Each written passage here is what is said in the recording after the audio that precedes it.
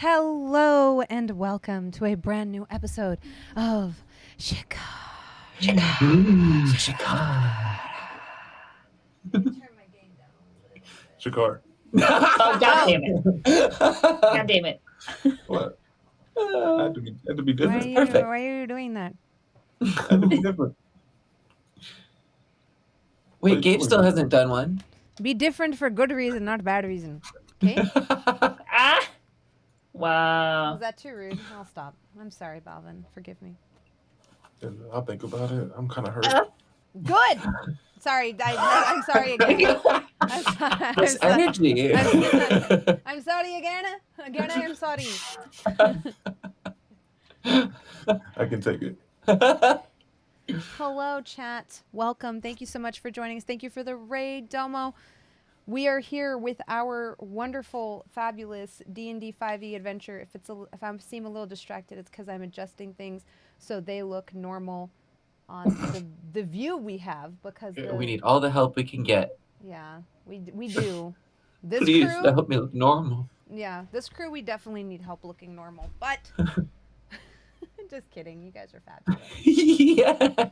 You guys are perfect. All right. Super excited to unveil today's map to y'all because I feel like it's pretty good. I feel like maybe I outdid myself.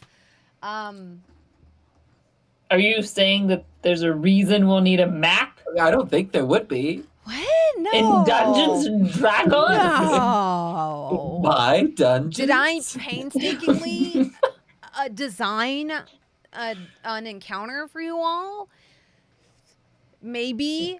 Ooh. But you still have agency, and you Yes. can choose not to pursue your bounty. I'd only cry for like 5 minutes, maybe.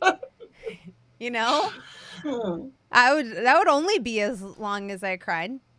Aw. Well, Oh. But then we come back to it later. Josephine's face right now is like, I was thinking, like, what if we like dug ourselves into a hole, both figuratively and literally, Oh. to escape? That's all I was thinking about. What did you think? I I don't know. I thought you were like, oh, I was gonna go do random things today, and Yeah. It's zero, nothing in here. Zero plans. zero plans, head empty. Yeah. Yeah. Oh my gosh. Well, thank you so much for joining us, chat. This is the type of chicanery and shenanigans you are in for, and thank you so much for supporting us on YouTube and all that stuff. Our views across the VODs have been so good. Thank you for all your comments. I read all of them. Yeah, thank you. I appreciate it. Thank you for being here now. I'm gonna start leaving comments, yeah. but on the old ones to be found Just later. for me. Yeah. What are you gonna put there? Ooh. I thought you read them all. You'll see. Oh. Shit. I do. I'm gonna know if you're talking shit. I'm gonna be like, oh, that Josephine. Spotted in the comments. Speaking of, oh, that Josephine. Yeah. Josephine, who are you and who do you play? Oh, God damn. Balvin knew. I feel like we had the eye contact right there. I was like, if I put myself last here, surely I'll have to intro last. No. No. Who are you, Josephine? Please tell us. Yeah. Hi, I'm Josephine McAdam. I hate introducing myself. I try to make myself go last every day to hype myself up for the moment. And I play Nim Grimwillow, who is a 13-year-old tiefling bard who's figuring out if it's okay to kill people. As every 13-year-old does. Does, yeah. It's the perfect time to figure it out. Balvin.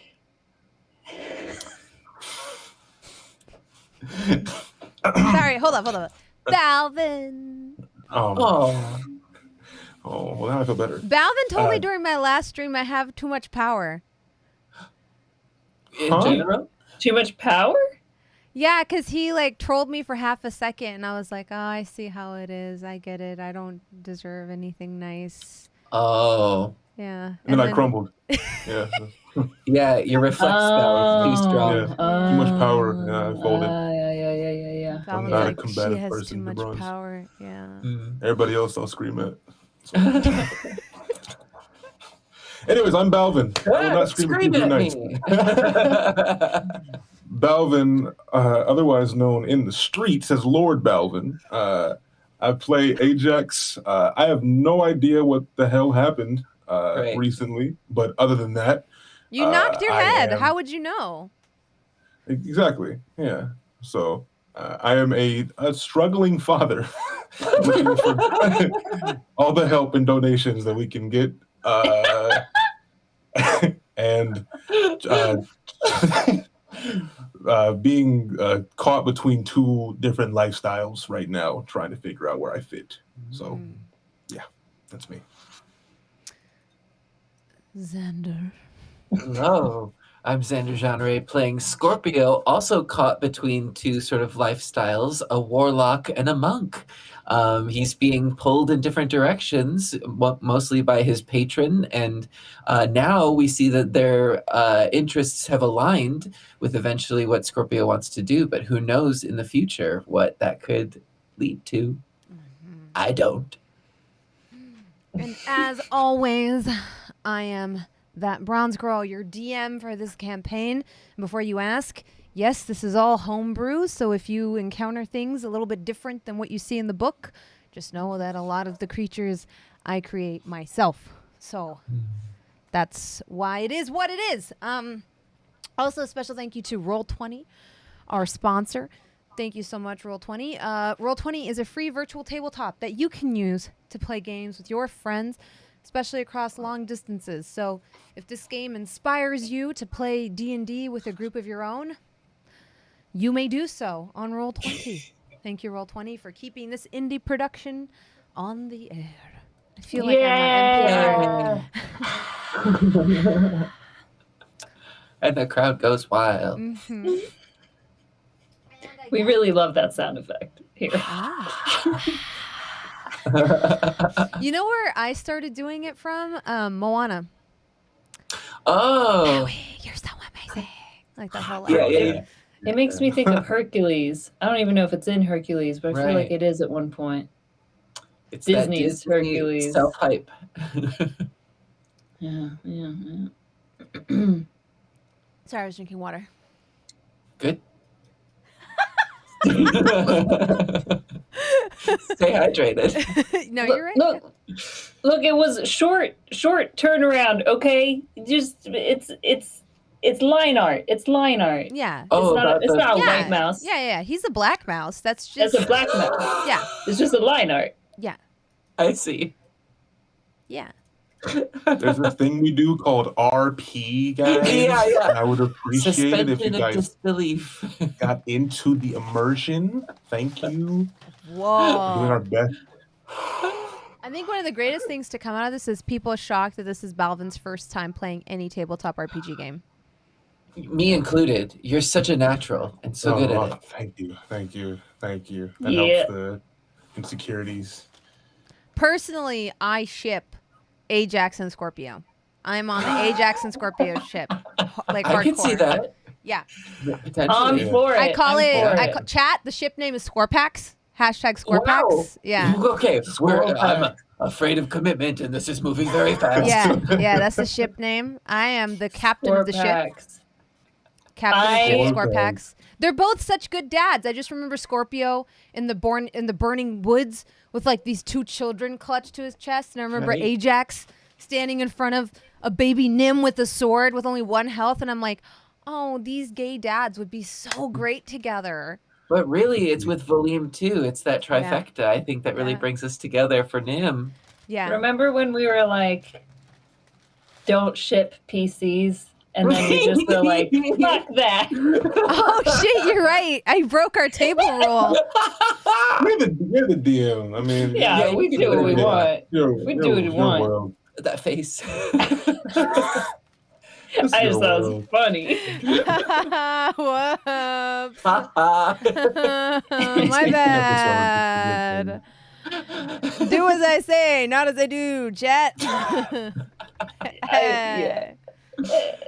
Yeah. I mean, we can do what we want.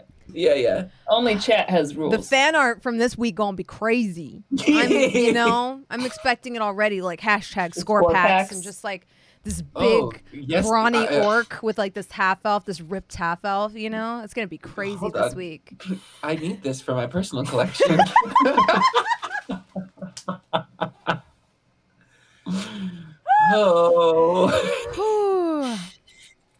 Who would have thought that Gabe was really the glue holding us together? Right? Now we just have one brain cell. Yeah. Spider and the monk, y'all can practice grappling. Like, I mean, yeah. I'm sorry, you made me embarrassed. What does that sound? Me?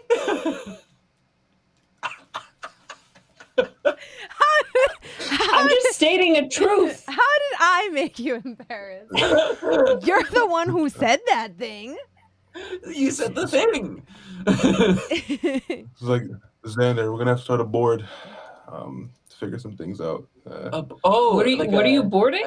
Board? No, like it's when camping and you start a new board to train. Oh, yeah. Scorpio. Yeah. It's a joke about having sex. That's the joke. It's a joke about having sex. No. Okay. I don't know what any of this is. Having sex. Jasmine, take us away from this. Okay. Wherever we're at. I got you. All right. So.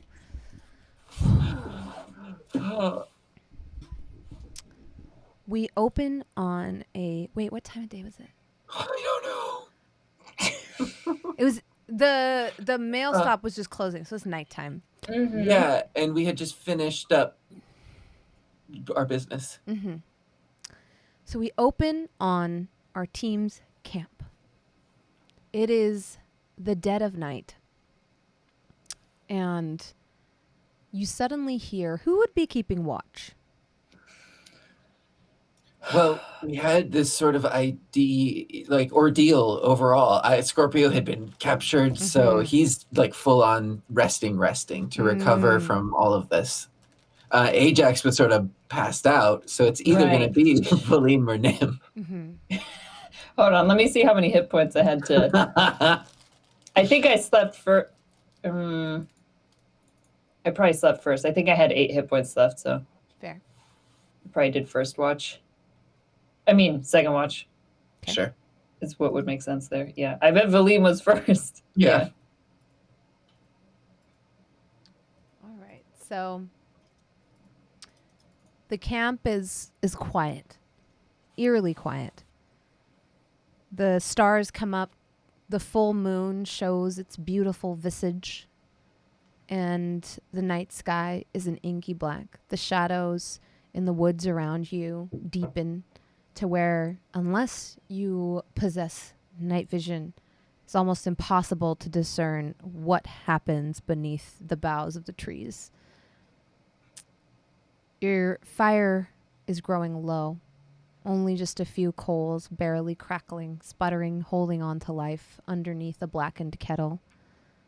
And we come upon Scorpio, who's meditating, as he often does, trying to will his body and his mind to heal itself. And as you meditate and you feel your soul kind of drift up from your body and ascend to this higher plane of existence, you find yourself in almost a spectral version of your dojo. And here, one by one, these stars appear in the form of a constellation. And then, as though by magic, the constellation turns into the living, breathing face of your master, Scorpio, Akash. Clothed in blue, with his wild eyebrows kind of combed into a somewhat upward pattern. He looks upon you with a little bit of concern, but happiness to see you. Forgive me, Master. It's been some time. That it has. I regret to inform you that You are not the only passenger in my mind anymore. Therefore, I must ask you to prove you are who you appear to be. Please describe the time that we first met. You were awash on the shore. Blood streaming from your face, your nose broken in 2 different places. Barely alive, suspended somewhere between the living and the unliving. And your clothes, strange to me. Had never seen anything like it before. You spoke with an accent that only lasted for a few days. It was strange.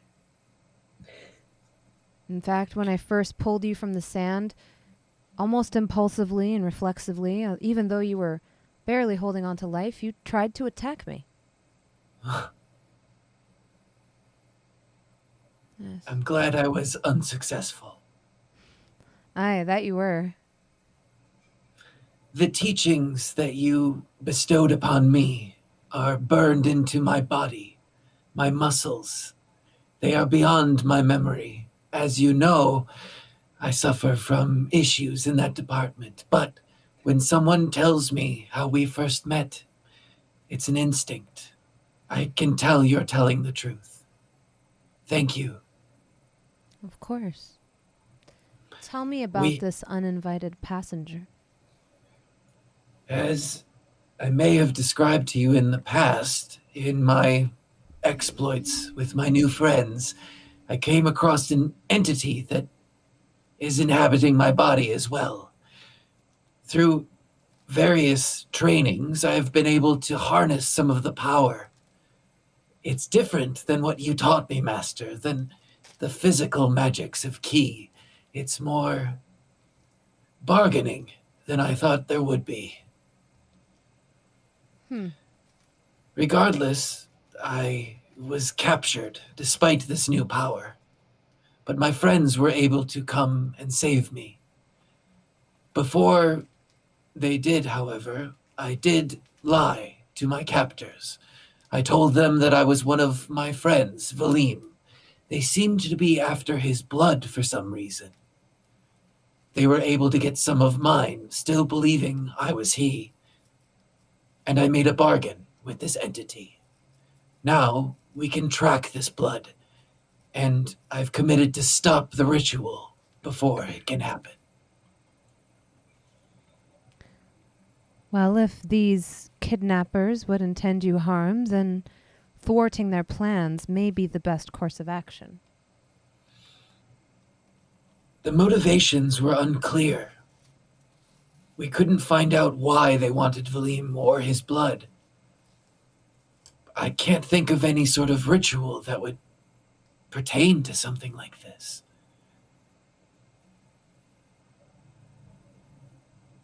Can you tell me anything else about them?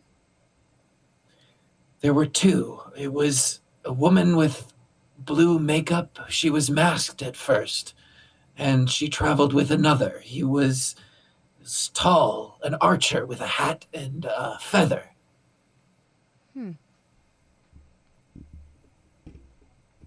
They didn't tell you what they intended to do with your blood?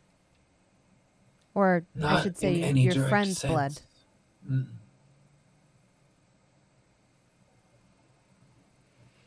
Strange. But we do have some commitments that have lined up along the way. I've taken up a job. We sort of do bounty hunting in a way. It's Oh. helping people. I find such work to be commendable. How are things with you at the monastery? Are you safe? We've had some troubles, but nothing thus far that we can't handle. Well, I look to the wisdom of your teachings in every decision I make. though my decisions have increasing weight as I carry this passenger along with me. Scorpio,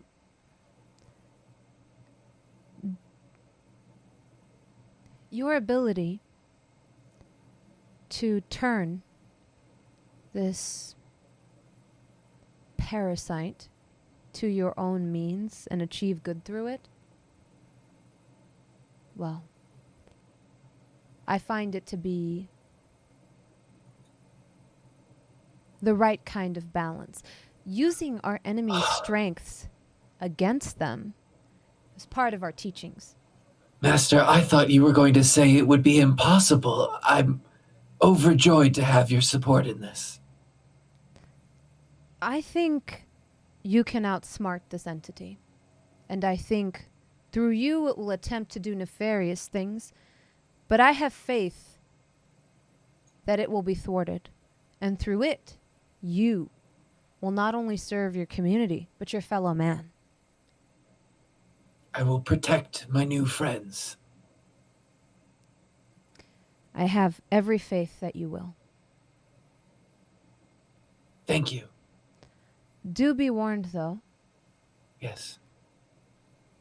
You teeter on a knife's edge. Maintaining that balance now will be more important than ever. And your discipline will be tested at every turn. Any advice? Believe in yourself. I do. Believe in the me that believes in you. Sorry, that's something Balvin says to me. Oh, it's good. Put that on a poster. Mm-hmm. Believe in the me that believes in you. If you have difficulty keeping faith in yourself. Yes, Master. And just like that, he turns back into stars in a perfect pattern, a constellation. And then these stars ascend one by one back into the firmament. And he disappears. I need to learn how to do that. You are still in a meditative state when you hear something strange. There seems to be some kind of disturbance somewhere in your physical vicinity. And although your soul is floating somewhere above your body, you're somewhat aware of it, kind of like a peripheral vision, but more of a peripheral hearing. It seems muffled in the background, like you're wearing headphones and this is happening outside of it. I'll try my best to concentrate on rousing myself. Mm-hmm. You do. You hear scritching, crackling. You hear moans of almost like pain. Nim? Scorpio's going to call out into camp. Nim, you hear Scorpio's call to you. Yeah. 'Cause I think we had like propped Ajax's unconscious body against a rock in a seated position, put his one arm on. You did sort of Weekend at Bernie's. Yeah, I did. So, yeah, I probably just like, what? What is it? What? Shh, shh, shh. Do you hear that? And I guess we'll both take a moment to listen harder. At this point, the labored or sounds have kind of died out, and instead it's almost like the sound of fabric ripping.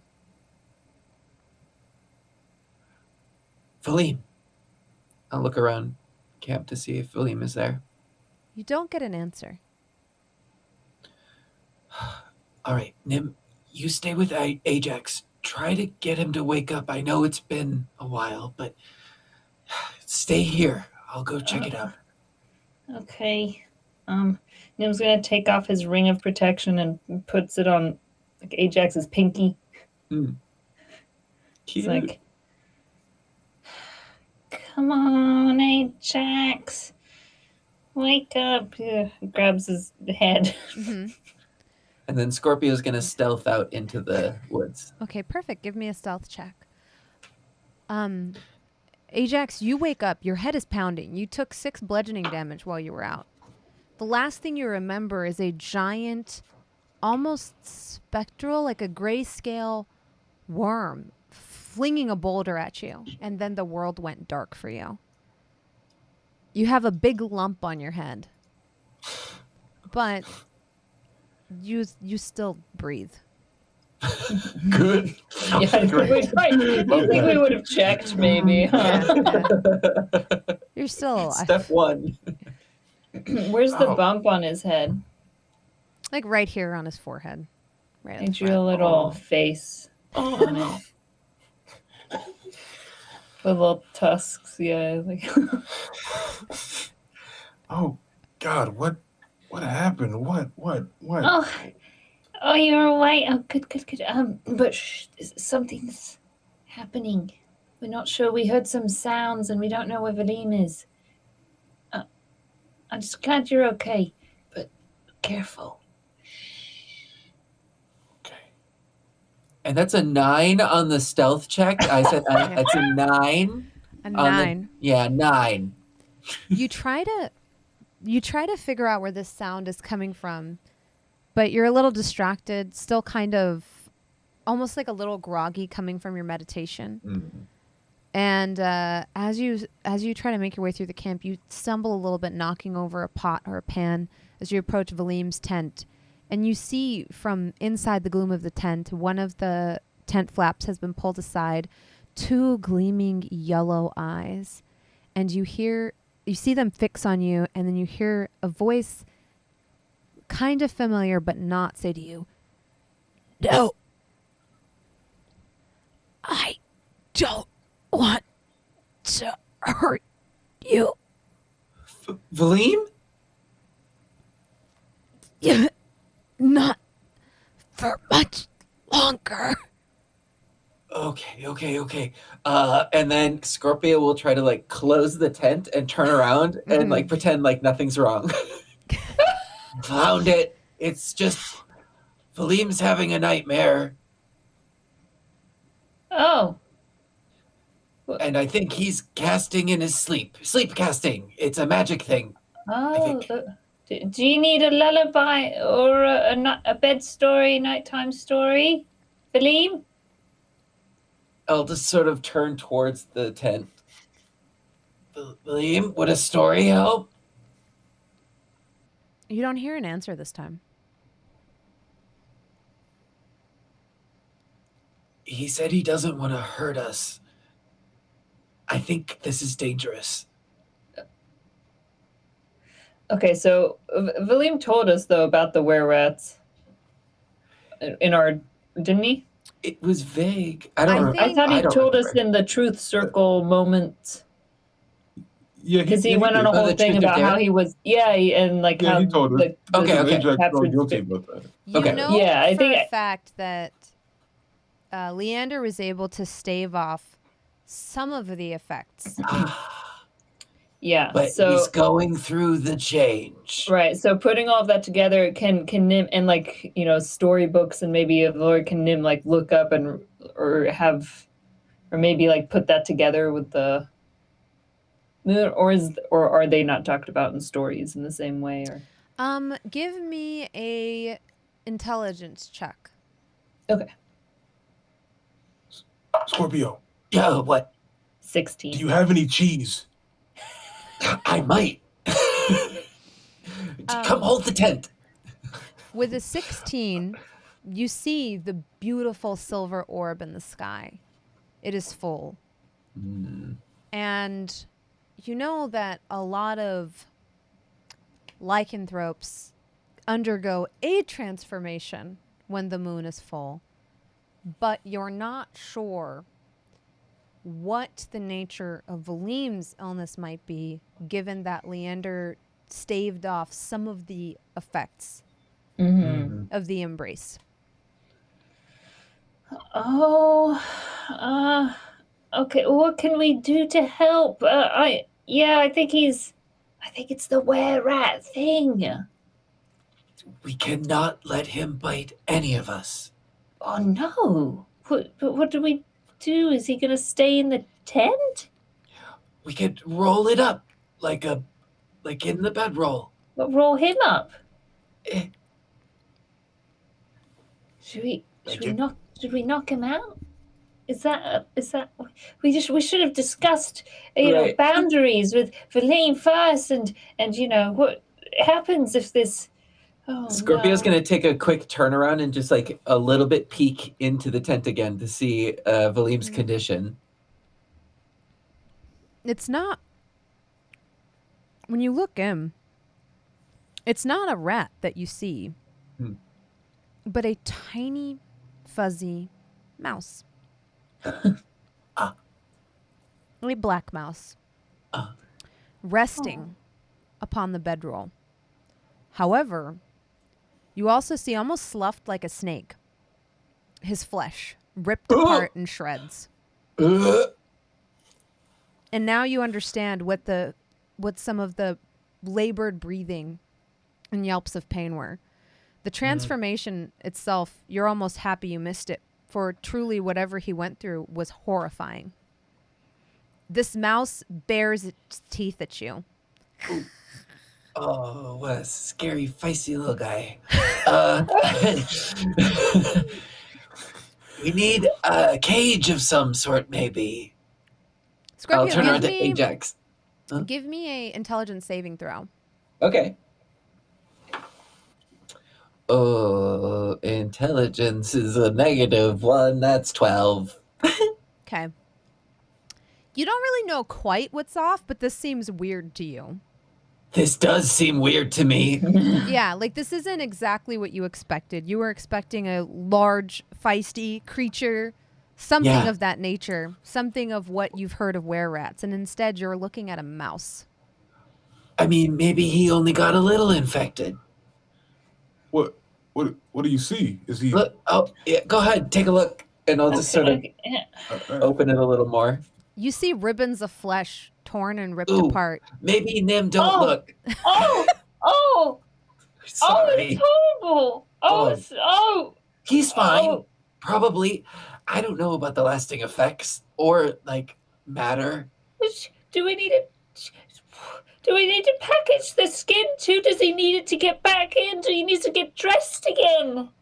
That's a good question that I don't know the answer to. Oh God! Besides the flesh on the ground, he's kind of cute. Yeah. Yeah. If you just don't look at this cute little mouse. But also remember, don't let it bite you. Mm-hmm. No. Okay. Ajax and Nim, give me insight checks. Nim, do you have mage hand? Would that be useful? Is he less than 5 pounds?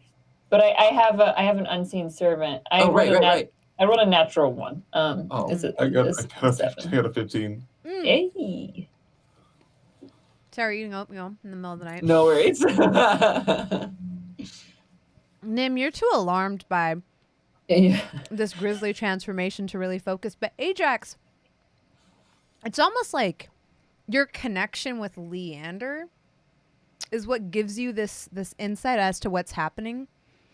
And you wonder if Leander manipulated the spells to where instead of turning into this infectious, ravening beast upon transformation, instead, Valim turns into a rather cute, harmless mouse, thereby ending the cycle of transmission and rendering him harmless to his friends.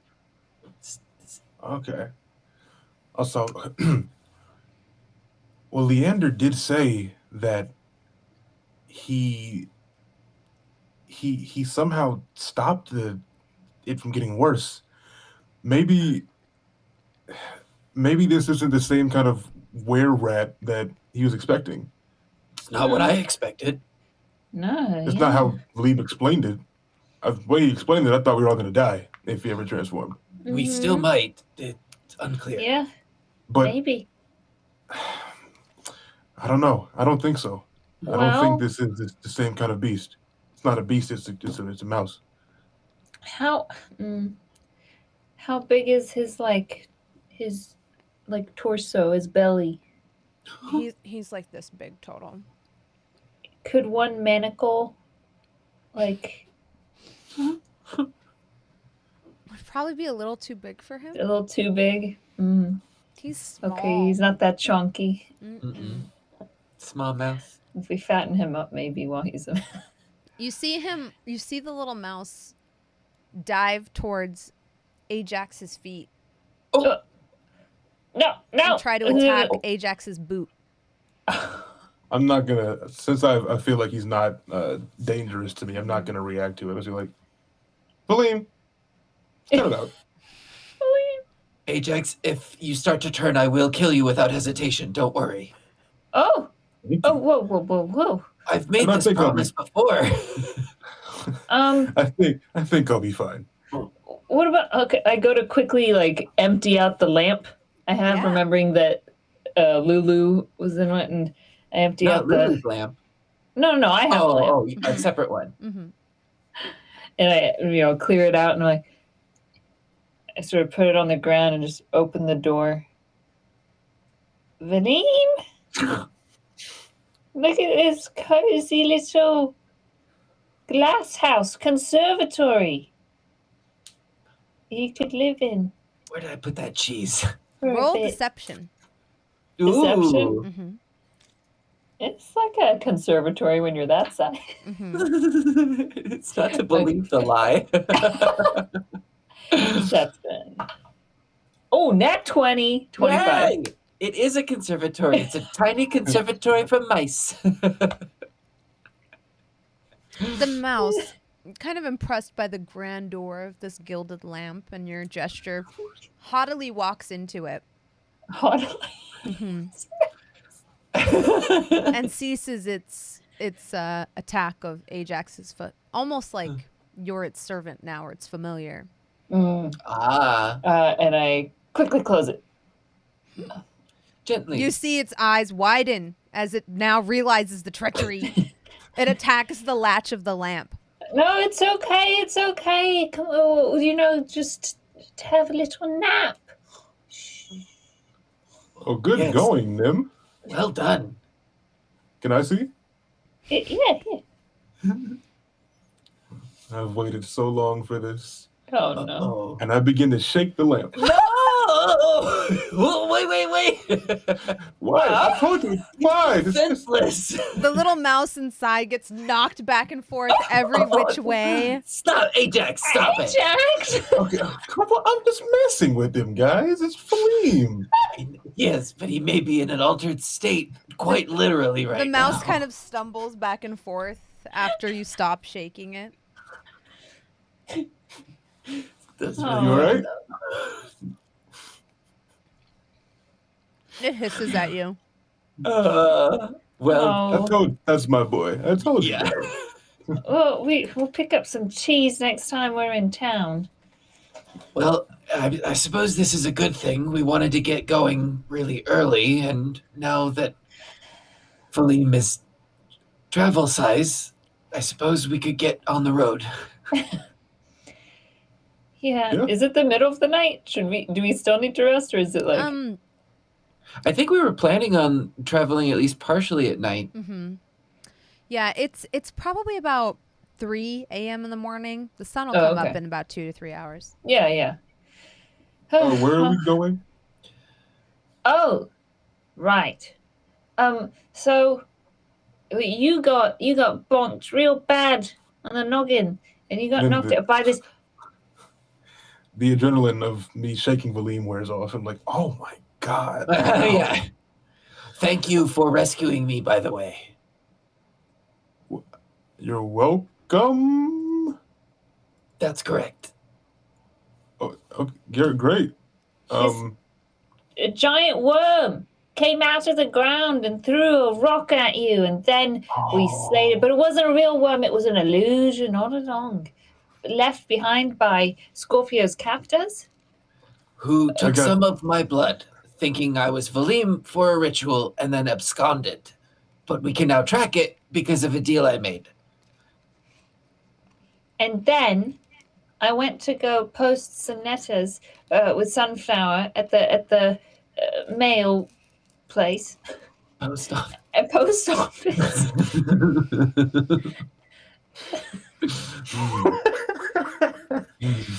Mhm. And, Sunflower went back to the stacks because she's got her whole family business to deal with. But we got a pink slip, and Nim will actually bring it up this time, because we haven't finished the bounty we picked up, and we got paid half up front, and I completely forgot. So we really got to finish this. But it is on the way. Oh, Yeah. okay. I believe it has to do with the barge on the river with some bandits. Yeah, some bandits causing a mess. I'm sure we'll run into them. We just walk along the river. I got knocked out by an illusion. Well, it It was was, hard hitting. yeah, scary. It must have been, surely. Yes. You'll get them next time. We almost died, Ajax, to be honest, but we didn't. I'm glad. Scorpio, Yes. I'm Sorry, sorry making for all getting these you noises. involved. Oh, stop. What? I'm sorry for getting you involved in my situation. I honestly was eager to help. Sometimes physical action is the best way for me to do something. And so I did jump at the chance to put myself in danger. It was my fault. I should have been aware as well. Well, I'm glad you're all right, and thank you for helping. We'll get to the bottom of this. Yeah. And we can help everyone. And Well, Scorpio is going to caress his arm. Ajax's arm. yeah. Bronze.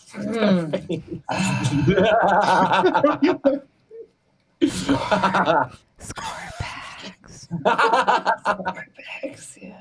Okay. It's a slow burn if it happens. Organically, we'll see. Organically. There's something there. We're feeling it. Yeah, I and just then got rescued. stands. We're like, all right, well, let's pack up then. Put mouse Valim on my belt loop. Fun. And You were riding on Animal Valim before, and now Animal Valim is riding on you. yeah, returning the favor. He's carried me plenty of times. Yeah, let's get going then. We got a job to do. Do you know where this barge is?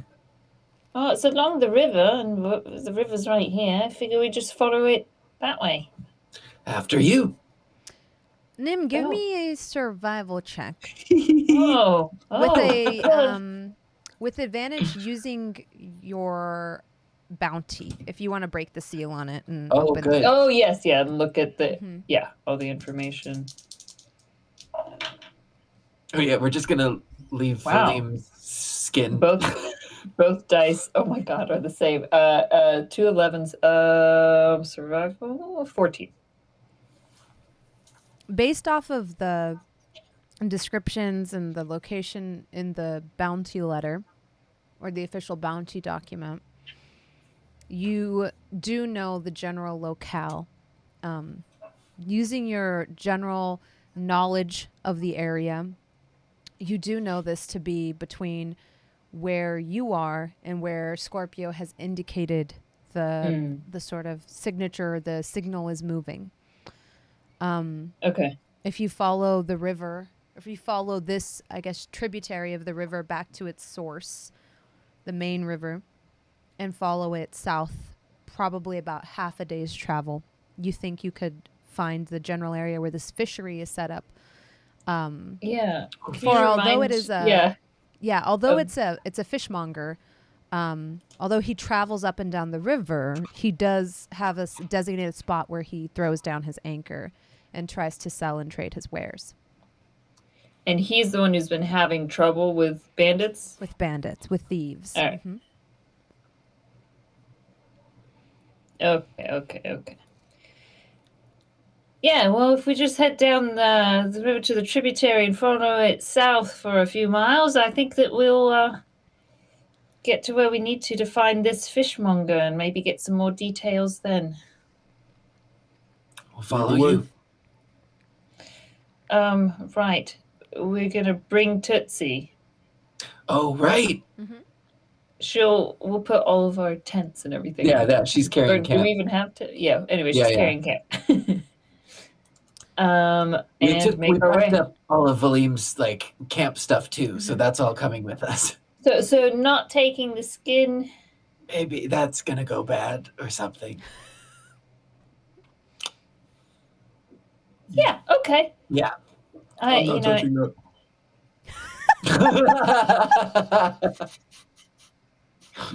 I'd still be friends with Valim even if he was a flesh muscle skeleton, a sinewy. That's good to know. All right, let's go. And off we go. You make your way up the tributary, back towards the main river.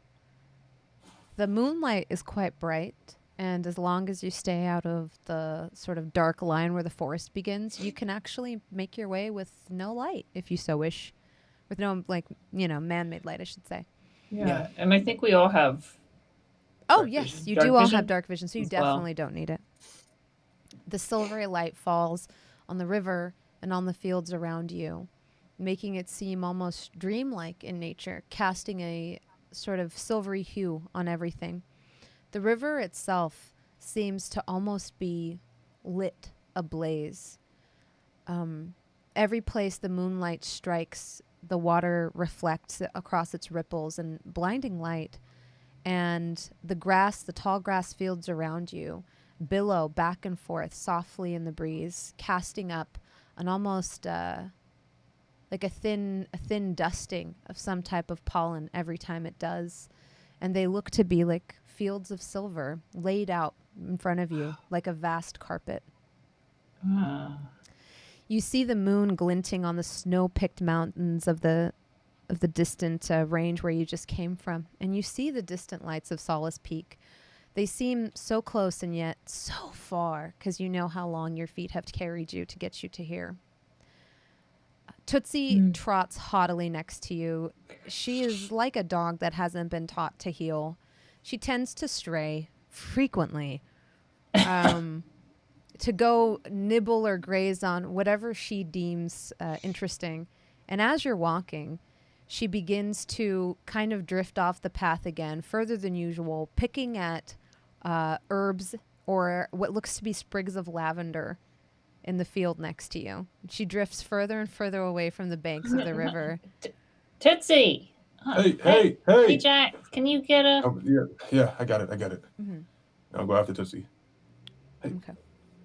Tootsie! Give me an animal handling check. William's back here. Before Ajax goes, I'm gonna grab before I forget, the ring of protection off your pinky. Oh, you don't need that anymore. Oh. Thought it looked nice. But you said animal handling, right? 19. Nice. She kind of heeds you a little bit. She seems to be warmer to you ever since your escape from the prison. She turns around, looks at you, stamps her feet a couple of times on the ground, and then continues to pick at the herbs near her feet. She doesn't move further away, though.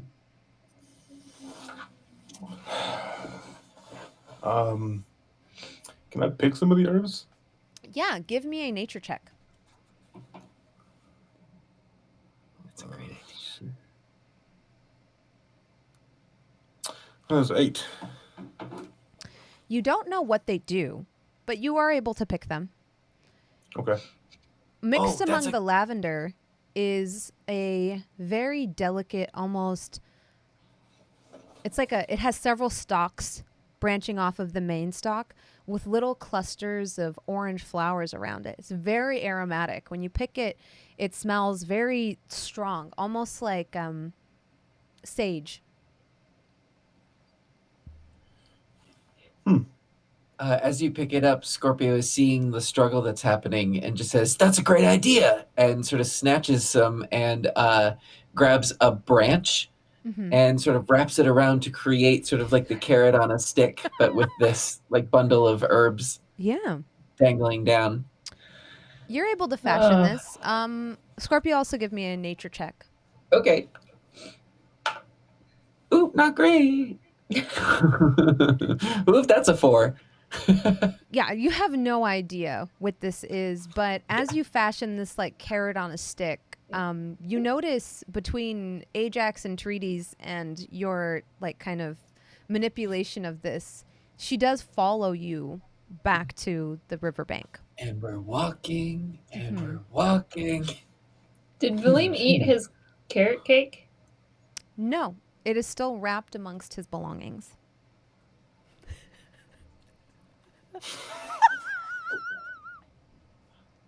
It's gonna go bad if no one eats it.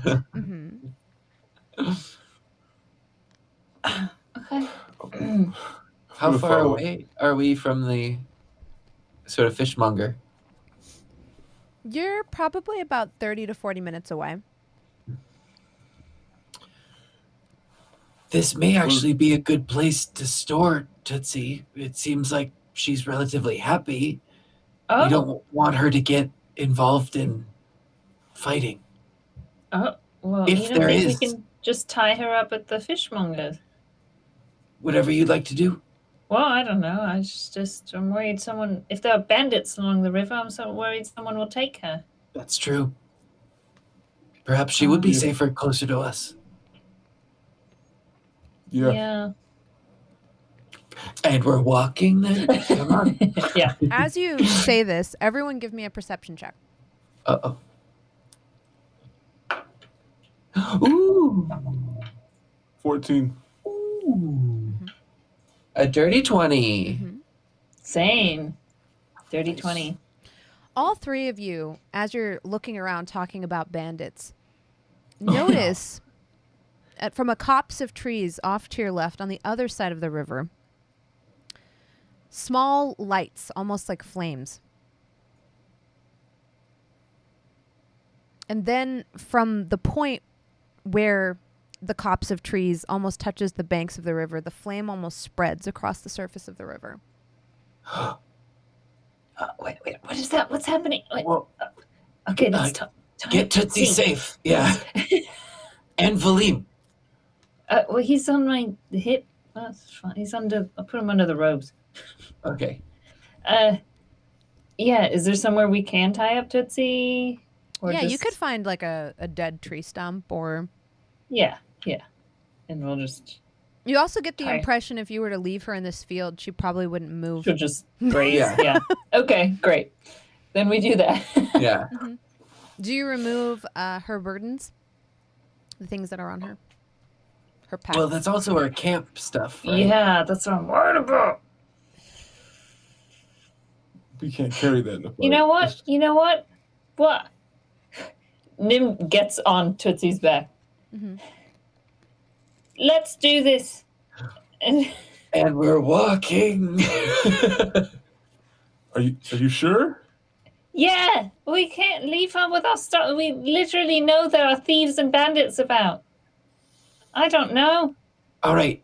So, Nim, be very careful. You and Ajax, go ahead and see if you can maybe warn the fishmonger. I'm going to see what I can find in this river, maybe across it. Okay. We'll meet you there. I'll meet you there. Okay. So does Ajax? Can we both get on Tootsie? And maybe ride over? Nim is small, so yeah, that could happen. Okay. I'll go Tootsie. And we'll, Do you try to use ride the real flower quick. stick? Yeah. Yeah. Let's go take it from Scorpio. Makes it a lot Yeah. easier Yeah. Yeah. since she is temperamental. Yeah. You do know Scorpio that is she not- is a prize horse, however, and so because you did so well. This is a little bit metagame knowledge. Because you did so well on that mission, you did get the prize horse. So she is an Arabian, and she is faster than the standard horse you would get in this area. If you were to, because you Awesome. could theoretically purchase a Shire pony or something like that, but she's fast. Yeah, so we go straight towards the fishmongers, to try and get there first. Perfect. Scorpio, how do you want to cross the river, actually? Do you swim or?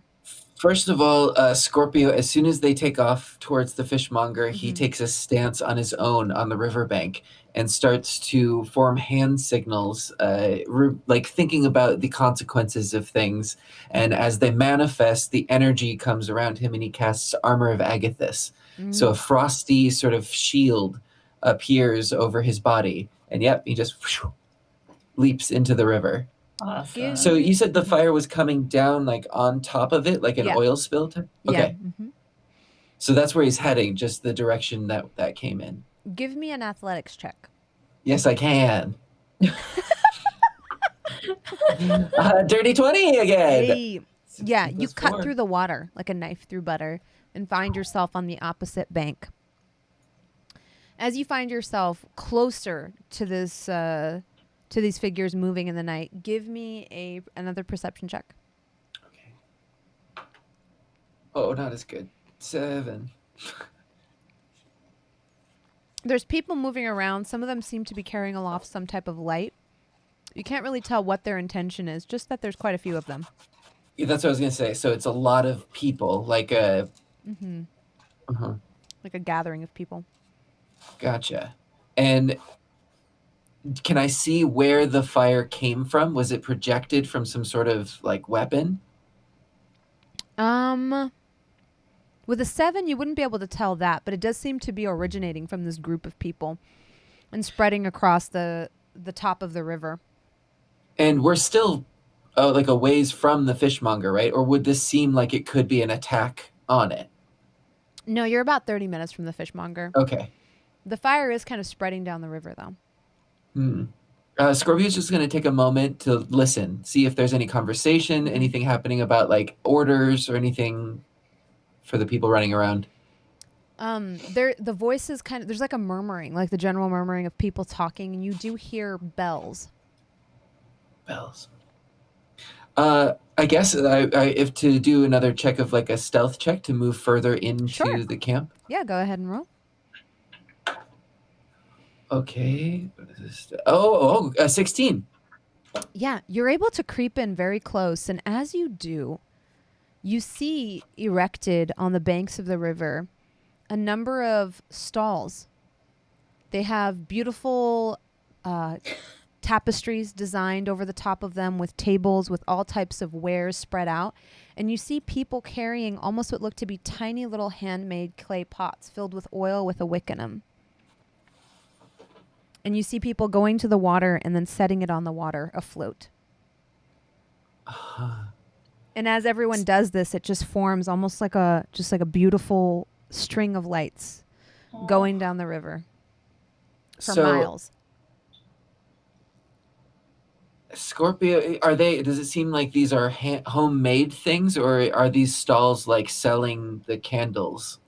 The stalls are selling some of the earthenware, oil, and other sundries. Some of them are selling snacks, clothing, dolls. Nothing like... You would find things you would find from a general store here, but not something you would find from an armory or a weapon making. But it seems to be like almost like a night market. Scorpio is going to come right out of stealth and wander in as if he is a patron, just another tourist sort of coming in. And he's going to wander to one of the stalls and try to purchase one of these candles. Before you do, a hand juts in front of your face. Oh. Mangoes! Mangoes! Salt, peppered, spicy, chili pepper, try 'em! Mangoes! Mangoes! Mango? Maybe. Is it good? It's a free sample. Free is good. I'll just go ahead and shove it in my mouth. It's good, right? Sweet, delicious. You should buy some. Great gifts for friends, family, wife, husband at home, friend, neighbor, especially barber, butcher. On a night like tonight. Yeah. Full moon market. Mango? I'm going to 2 pounds. And you see now that behind him is like a little push cart. And he starts to add weights to like these 2 scales. It'd be like 2 pounds, right? Yeah, 2 pounds. That should just... That's a lot. 4, maybe. No. You look a big guy, growing guy, strong guy. No, thank you. Strong guy. I'm good. Strong guy. Mangoes make strength. Jasmine. No, this is not legal. Mango makes strength.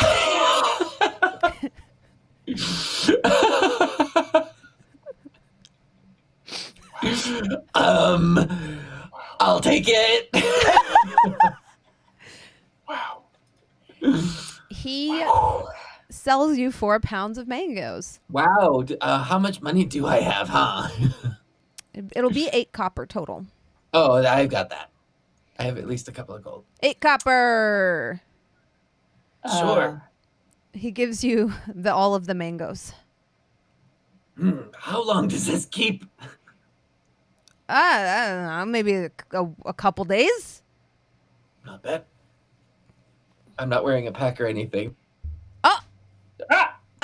The mangoes! The curse of the mangoes! The mango curse! Okay, it's back. I didn't touch anything. That's a lot of mango. Yes, you have a lot of mangoes. For a moment, you were crushed by the noise. Sorry, I see him on my screen, but I don't see him on the stream. That's weird. Yeah, I there see he him. is. He's on the screen now. Okay. Okay, it's just a delay, right? Yeah, the stream took a second to upload. Okay. Weird. Okay, yeah. As soon as you shell out money for the mangoes, it's almost like the water has been chummed. You see 3 other people begin to kind of make their way towards you. One of them opens up their trench coat, and it's full of what looks to be anklets with bells on them. And he says, just as, Chandra, you want some Chandra for a loved one? For a special lady in life? Special guy in life? Anybody? No, thank you. Yeah, I think you are. It's pure silver. Full silver. Nice quality. Look at this. He shakes it. The whole thing jingles. Look how beautiful. Everybody's going to look at your feet. They're going to say, look at those feet. Beautiful guy. Beautiful anklet. Why don't you want? Handmade. My wife made herself. He pulls out 2 and asks for 1 silver. Sure. Another approaches you. No. I turn around and I jump in the river. Shawls for a lovely lady. I cannot handle this. The mango goes everywhere, but I'm keeping the anklet. Goodbye.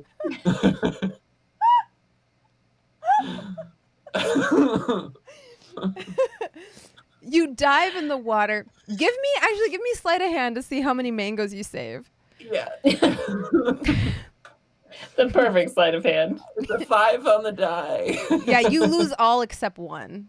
Yeah. That's reasonable. Yeah. As you dive into the water, there's a bit of a commotion as you do so. People aren't expecting all this. And you see I have to dodge the candles. Yeah, so you don't get set on fire. Yeah, give me a dexterity to save, actually. Okay.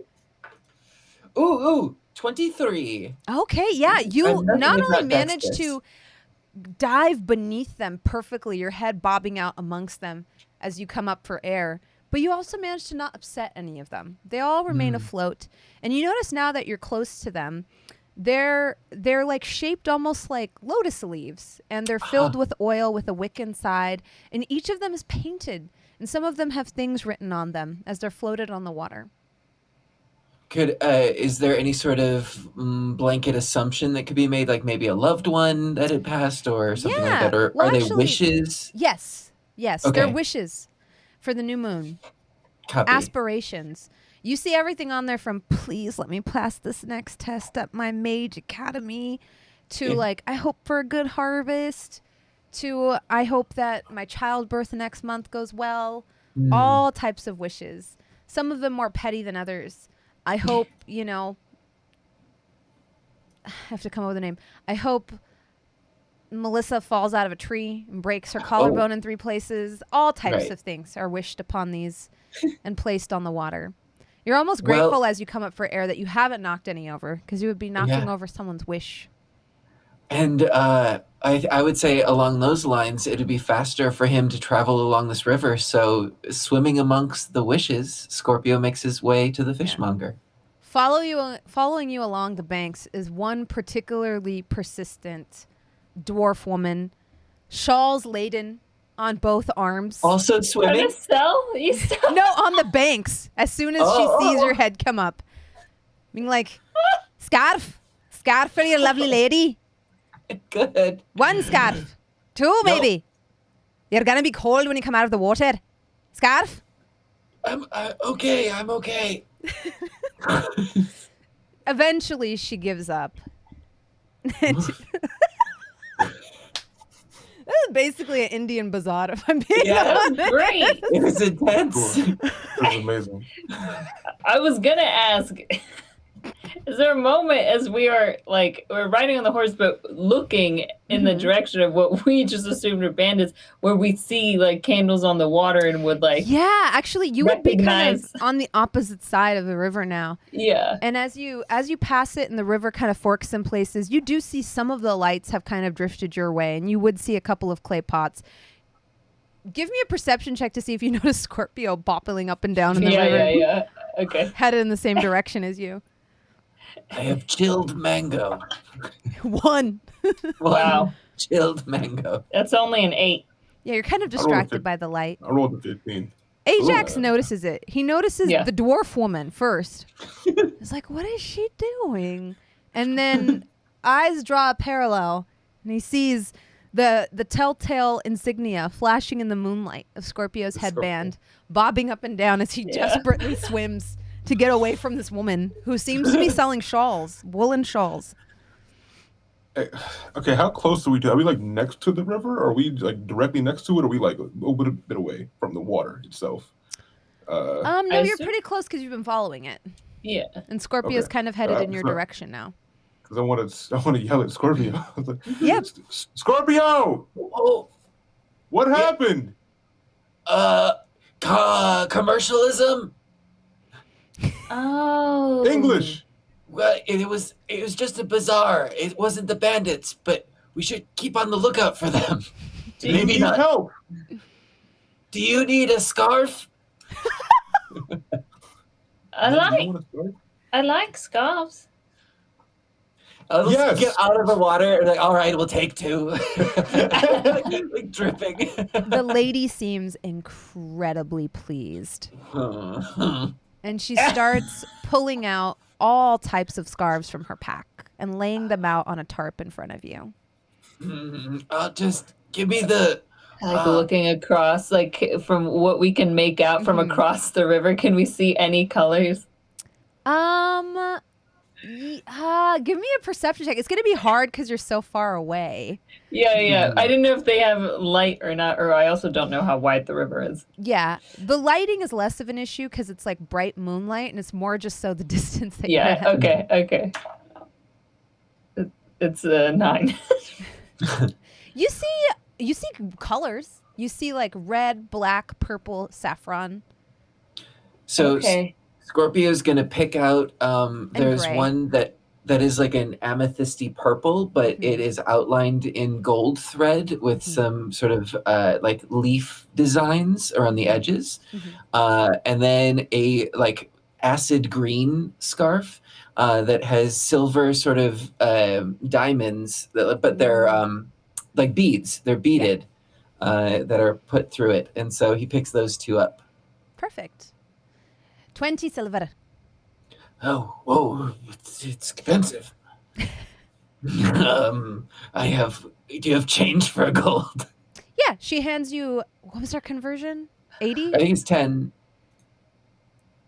Isn't it 10 silver? 1 gold is 10 silver, so you need to give 2 gold, You'd right? have to 2 give gold. 2 gold, yeah. Do you have change? She like looks at you She said, confused. yeah. And she's like, well, you can take 1 for that price. All right, and then I'll do another one. Okay. She takes the 2 gold from you and then very neatly wraps up both of the scarves for you in tissue paper and in burlap, handing you the bundle of both of them. These scarves, actually, it's not going to come into play, maybe, well, depending on where you go, but But these scarves will not only give you advantage when you roll for survival checks in the tundra regions of the map, but they also give you a +1 to frost resistance if you're wearing them. Oh. So Scorpio looks down at these beautifully wrapped scarves in the tissue paper, and then over at the river, and then up at the other side of the river, and then back down at them. Are they waterproof? Well, I suppose they are. Good. They are waterproof. They just won't keep you warm if they're wet. Right. You'll have to line dry them. That's fine. Yeah, and I'll dive across the river back to catch up with them. Yeah. So for the low price of 2 gold, you've gotten these 2 beautiful scarves, or I should say shawls. Sure.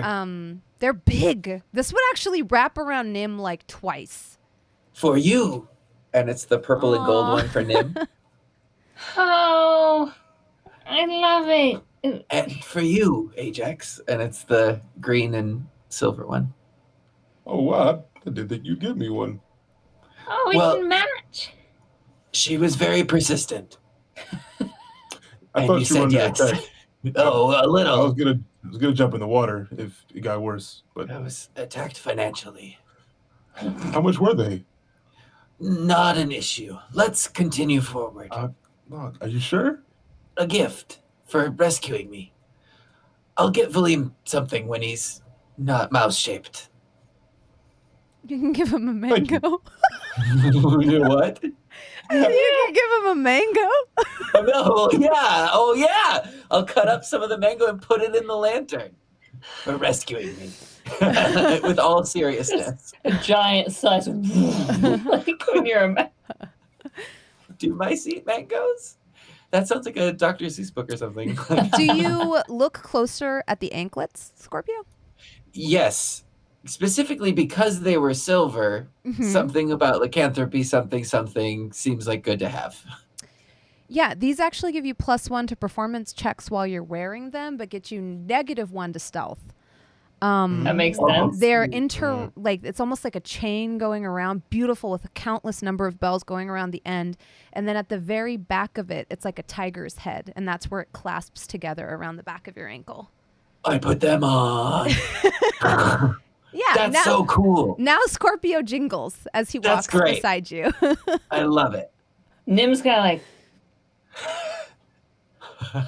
those are so nice. Right? What else did they have over there? I'm sure we could go back at some point. There was a lot of stalls. Oh, we should go back with William. I'm sure he would want some too. All right, we have to come back. Definitely. We can come back, but we should probably hurry. You can read the apprehension in Scorpio's face as he recalls, as soon as he pulled out money, how quickly people jumped on him, realizing this was an easy sale. Mm-hmm. Yeah. All right. Let's handle some bandits. I'm going. You said it's really long, right? The scarves or the shawls? Shot. Yeah. Well, on Nim, it wraps around Nim twice. For you, this is like me. boom, boom, and it just sits on your shoulders. And yours actually, from what Scorpio described, has like a fringe that hangs off the bottom. Mm-hmm. Yeah. Yeah, Nim's gonna hop down to don somehow this. Like a boy prince donning a cape of a ruler. Yeah, he's gonna like make a big hood and like pin it. Yeah, So it's like if a you big folded sort it of over like twice, definitely. It almost obfuscates your shape a little bit. Yeah. Mhm. Yes, it's just this in this shape. But it looks very rich when you wear it. Yeah, the color is very deep. It's very like richly dyed. And it smells kind of a little bit almost like indigo. Like it smells of dyes and spices a little bit. It smells like the market. Ajax, put yours on. Ajax is going to wrap his around his head like a headband. Cool. This billows out behind you like several feet. Yes. With a trench coat? Oh my god. Yeah. This is great. We're creating our silhouettes. Yeah. Yes. Wow. Lovely. Thank you, Scorpio. In the bill, so I guess we'll get back on Tootsie, or Nim stays on Tootsie to ride along, but at a slower pace, obviously, so that we can all move together. Yeah. Mm-hmm. And in the billows of this this scarf, attempts to eat the carrot cake. Ooh, give me a As we stealth try. check with advantage. Thank you, Scarf. Is it a constitution check because it's old? At most, it would be stale. Okay. Wait, stealth or sleight of hand? Wait, which one? It doesn't matter. They're both the same. 19. Yeah, you are able to sneakily eat the cake in its entirety.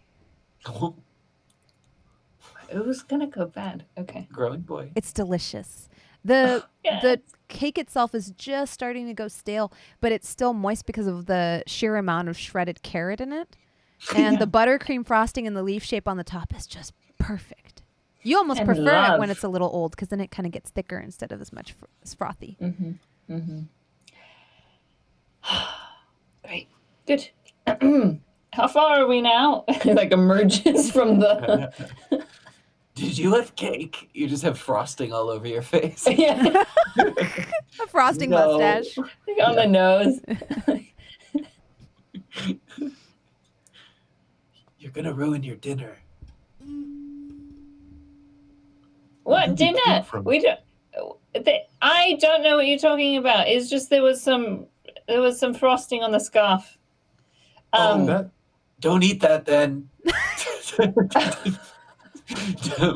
God damn it! No. God damn it! Xander. I didn't say anything. It's true. Don't eat that. If that's where that came from, think about your lies before you say them.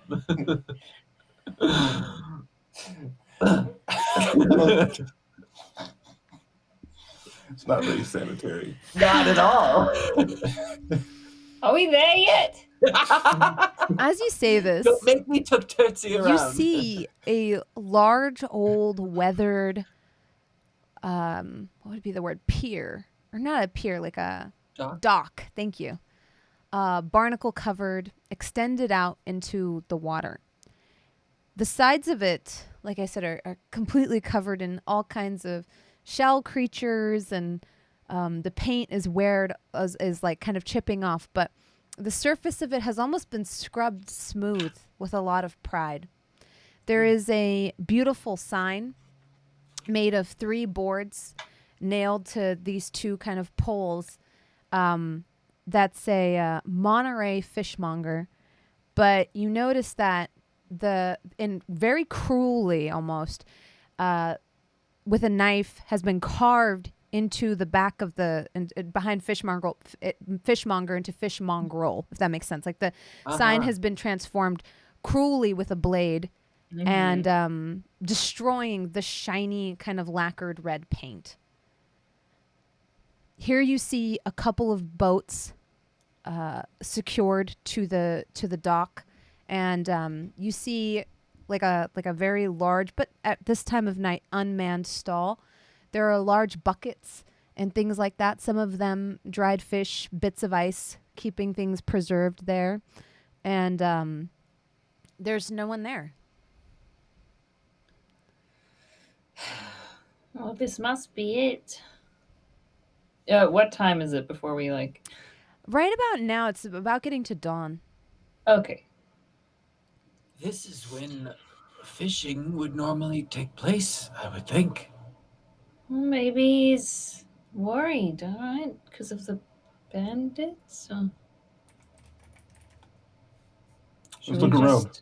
Yeah. And then we'll look around and see if there's any, or I'll look around and see if there's any, hints of where anybody's at, Yeah. where they might have gone.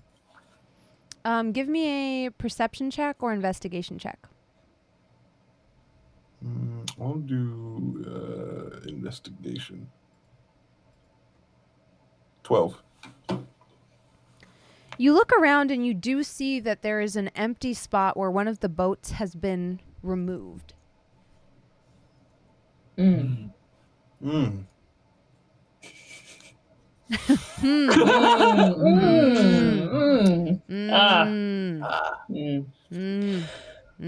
Boat missing as always, as I expected. Is there a door to just go knock on the fishmongers? There is like a door into this like sort of fisherman's hut that has like a window in it where, like I said, you can see inside and see things are packed and there's a door there. Okay, yeah. So as they're investigating around it, Nim just sort of like goes up to the door, and if there's a little window, sort of peeks in first. Mm-hmm. As you peek in, you do see barrels of fish, some dried, some icy. Give me an investigation check or a perception check, actually.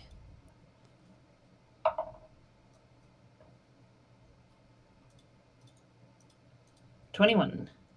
You see that there are broken traps and broken instruments, fishing instruments inside the hut. You see some are intact and lining kind of the wall, but on the other side, you see there's almost a pile forming of broken tools.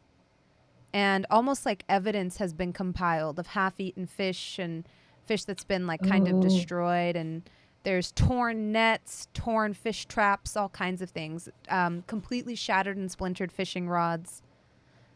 Fishing spears have been broken in half, and they've all been carefully preserved on one side of the shed. What? Oh yeah, it looks like there's evidence inside here, boys. Do you see bandits? Nim pushes up glasses that aren't there. Uh-huh. No bandits here, just looks like, half-eaten fish, broken tools, that's vandalism is afoot. What's over there by the boats, Ajax? There's a boat missing. Do you think he's out fishing then? You said this is the time, right? I wonder where he would go. Either he's out fishing or we're too late. So for Scorpio's investigation, he's going to look for any signs of a scuffle that's like been outside. Maybe the other boats, the dock, the outside of that building. Not great. 14? So you're looking for like a scuffle? Well, the understanding that we have is that like the fishmonger gets like attacked, and so any sort of recent like attack or anything like that, specifically that would leave a trail to maybe where they came from. Yeah. And you got a 14? Mm-hmm. You do notice that the two boats left on the dock are still operable but damaged. And one of the baskets sitting inside the back of one of these canoes, or I shouldn't say it's a canoe, it's bigger than a canoe, is like almost like it's been partially ripped apart.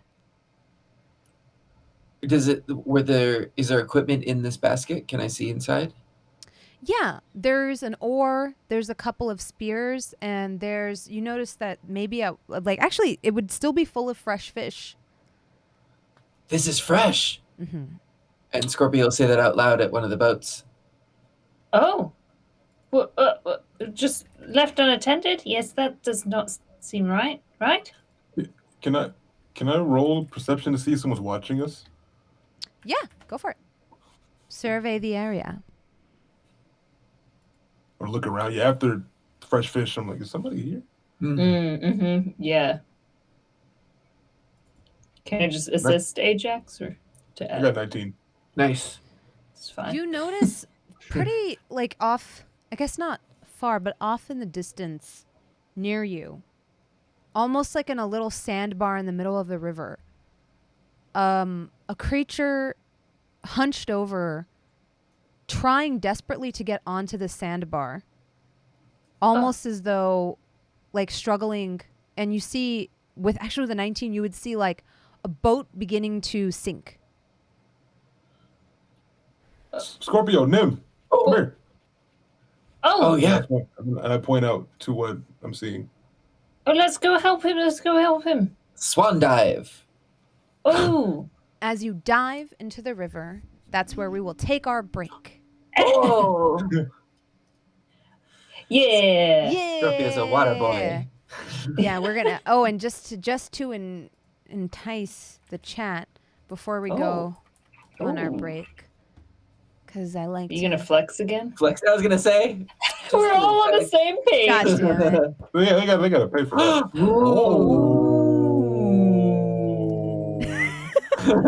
Well, look how enamored Valim is. Mouse Valim is Look loving at all this. of it. Yeah, Wow. this is what we're going to come back to That's dope. after Yeah. this beautiful fan art. See y'all in like 8 minutes.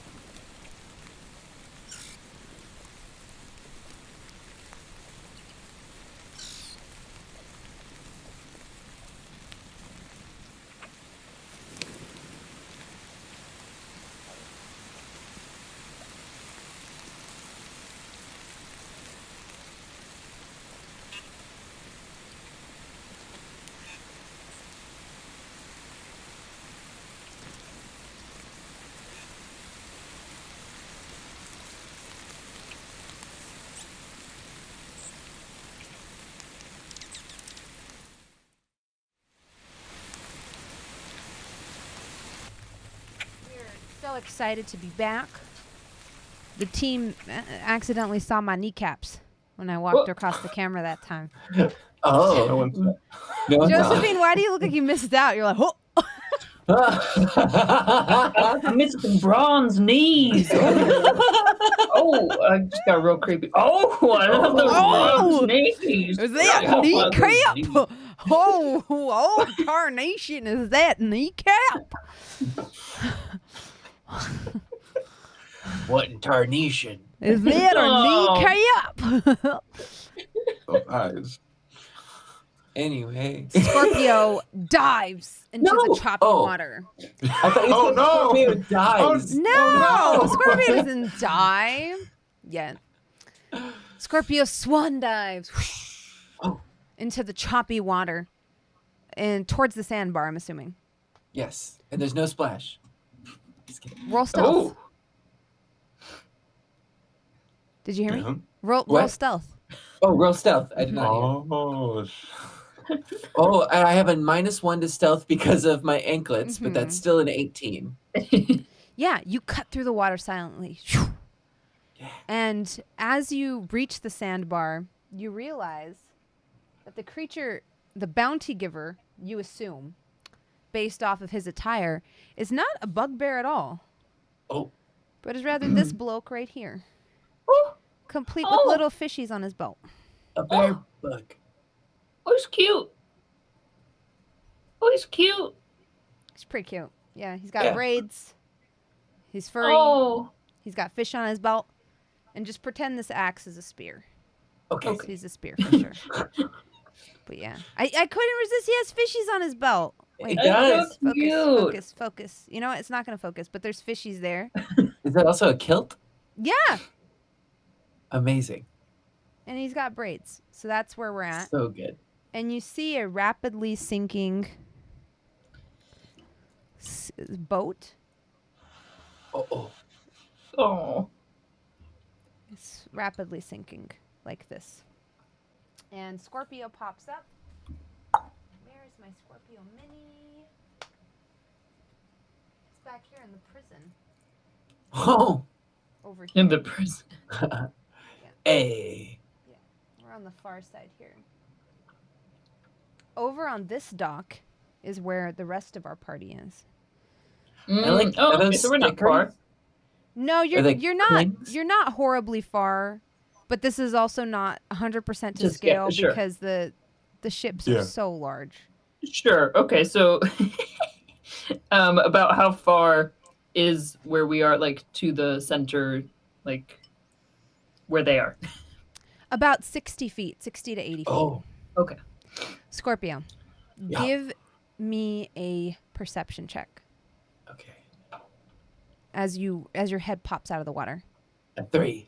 Okay, yeah. You just see this creature basically climbing off this thing. I guess he's not 100% off of it yet. Trying to make its way to land. Or to this like sandbar here. I'm here to help. This is Scorpio rapidly says. Sinking. Perfect. Ajax Nim, what do you do? Can I get in one of those boats? Yeah, Yes. that's what I was gonna. Yeah. 100%. Hop in one of the boats. Yeah. I don't want to drown Valim, involuntarily. Perfect. I'm gonna grab Nim. Okay. So you want to get in the same boat? Yeah. Yes. Perfect. Do you get in the one full of fish or do you get in the empty one? Empty. Ooh. Okay. So we're gonna put there's Nim. Boop, They fit. boop. They do. Each boat only accommodates 2 people. Aw. So let me move this Okay. oar out of the way. Look at these. Look how cute these little oars are. So cute. Oh my god.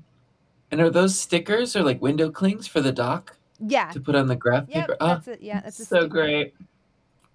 I only What a wish genius. I wish the river was a little bigger. That's the only thing I would have changed. So you both hop into the boat. All right. And then give me a what would ship maneuvering be? I guess athletics because Yeah. I mean, Yeah. you're maneuvering the oars. You're manning the oars. Please say athletics. Yeah. Yeah, athletics, and then +1 because you're using a boat and not, your hand, like your bare hands. Okay. And I guess, is it big enough, or small enough rather, that Ajax can just do the rowing? Like have both oars, or does it need to be one person? Okay. It's small enough that Ajax could do both. 22. Ooh. Wait, what? How much? 22. 22. I thought you said 42. I was like, what? 42. Run the math. Your boat slides out from the dock with the greatest of ease towards the sandbar. Give me a perception check.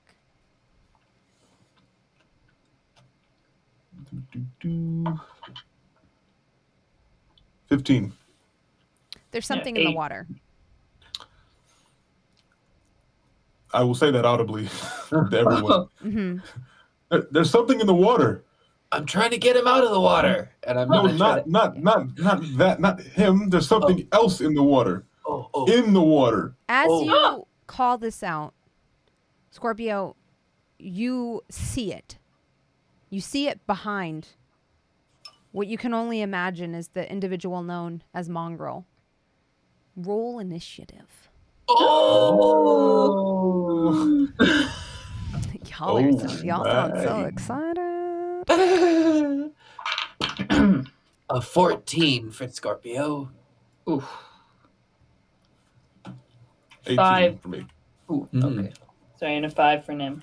That's the end of my good rolls, y'all, now that we're fighting. So 18, 15, and 5? Did I hear that right? Yep. Yes. Okay. So Scorpio's at 15, Ajax is at 18, Nim is at 5. Yes. Mm-hmm.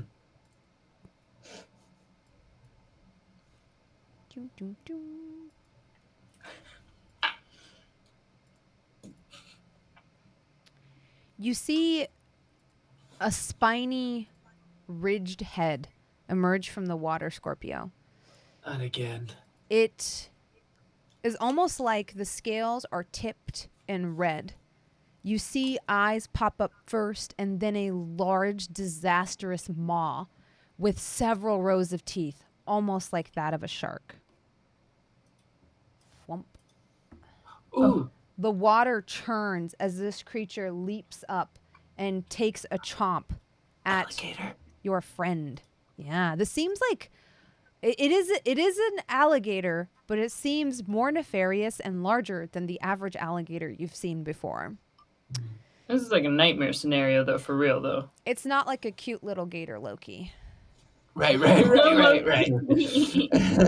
Get that out of your head. Yeah. It takes a chomp, or attempts to take a chomp, at our furry friend. Uh-oh. The race of which is for some reason right now evading me. Not bugbear, but Not a bear-like. Yeah, like an Arctic cousin of the bugbear.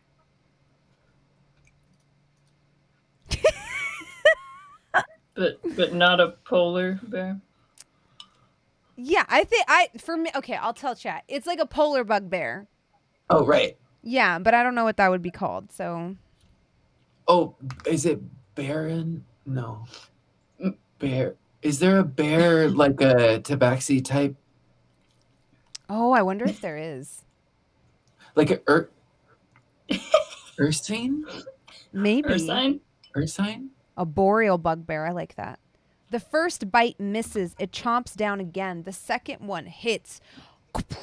The water is filled with blood. You see this creature's beautiful, pristine white fur become stained crimson as this creature's vicious maw, like I said, like about 3 to 4 rows of teeth in it, chomp down on it a second time.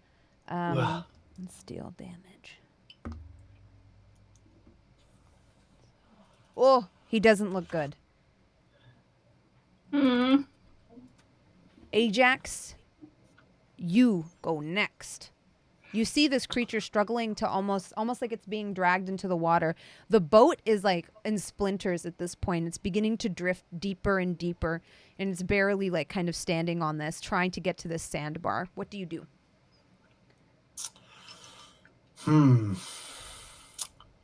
So how far am I from him right now?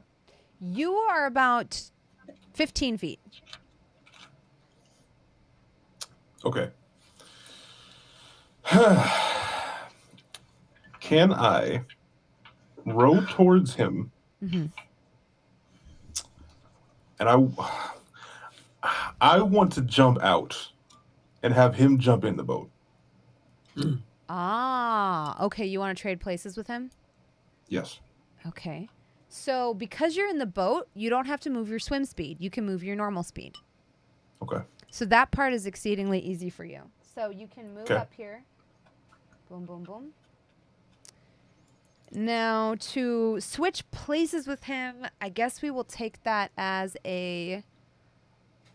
This creature's going to try to... I mean, technically would get an op attack, but you're specifically trying to trade places with him. So give me a...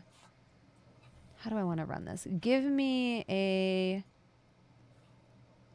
acrobatics check to see if you can rapidly switch places with it, and in that case the op attack will be made against you, and you can if that seems fair to you. Yes, let's go with me. 17. Perfect. It works. You are able to switch places as you very deftly, almost like a gentle suplex, you tumble onto this like rapidly sinking boat. As you do, it sinks an inch deeper, and then tumble this creature backwards onto its back on this boat. This raft, now burdened with both of your weights, Nim, seems to sink a little bit deeper, like half an inch, not too much, because these are his boats. They're meant to bear his weight, but he is also bigger than Ajax, and you see now that he has like a large gash in his leg. But he seems to be okay. He's not in his death throes or anything. The creature tries to bite at him, but Ajax kind of interjects himself in between the two of them. It hits, dealing... where's my stat sheet? Dealing 5 points of piercing damage, Ajax. Got you. Ouch! Scorpio, it is your turn. Keep it distracted, Ajax. I'll try and find a weak spot. And he'll start casting. I don't have a choice right now. He'll make some hand signals and then cast True Strike at this target. Your magic grants you a brief insight to the target's defenses. Next turn, gain advantage on your first attack roll against it. Perfect. Yeah, you get the sense that punching this thing square in its eye or its snout would probably be a pretty good bet. Those seems to be soft places where the thick, scaly armor is a little bit weaker. Aim for the snout. Would you like to do anything else on your turn? That's all. As you say, aim for the snout, the water kind of disturbs in parts behind you. Oh no. Oh, and you wish you had also, rolled. They come in packs. You wish you had rolled a bit higher than the 3 that you rolled on that perception. Yeah. As this creature clamps down on you, missing. It attempts again to bite you. I think missing again. I don't think a 13 hits you. No, 14, baby. Yeah, it chomps at you twice. Chomping wide both times as you deftly kind of cut through its giant maw in the water, almost doing like a otter corkscrew as you make your way through. It's beautiful. Yay. Nim, it is your turn. Okay. Now, healing word's a bonus action, but I can't do 2 spells. You can do one leveled spell and 1 cantrip. That is my understanding of it. So. Oh, okay. So yeah. I could. Okay, so if I wanted to, I could do it with a cantrip. Okay. I believe that is the ruling on it. Is you can do 1 leveled spell and 1 unleveled spell. Most cantrips are bonus actions, and so you can do an action spell and use your bonus action to cast a cantrip if that's what it says. Yeah. But if it's like a spell slot as your bonus action, then you wouldn't be able to do a spell as your.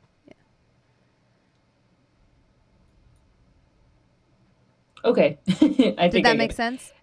Mm-hmm. Okay. Then I'll look up at this bear, polar bugbear, And I'll do a healing word. Oh, and say, tales have yet to be sung across this land, for I give you now my healing hand. It's just a shitty healing hand of 5 health. You just sort of slap him on the back. Yeah. Yeah, you see some of the bleeding is staunched. Okay. Then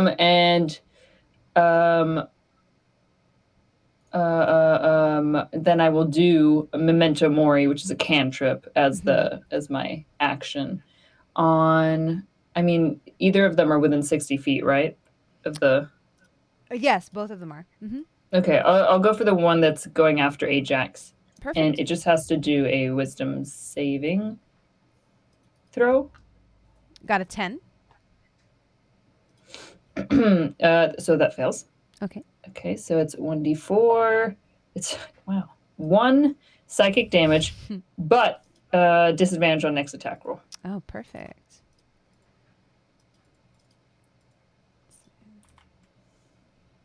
Ones. Why am I rolling ones? Get that out of here. This will not do. I know it's in timeout. That d4 goes away. And then otherwise, should I? Can I try sort of moving the boat back? Yeah. Towards shore. Perfectly. This is like you can go half your movement speed. Yeah. Mostly because you're so small, yes. and this boreal bugbear is now our canonical term for it. Is so large. I love it. Yeah. Mm-hmm. So you get that makes sense. Halfway. Okay. Your boat kind of gets stuck a little bit on the sandbar.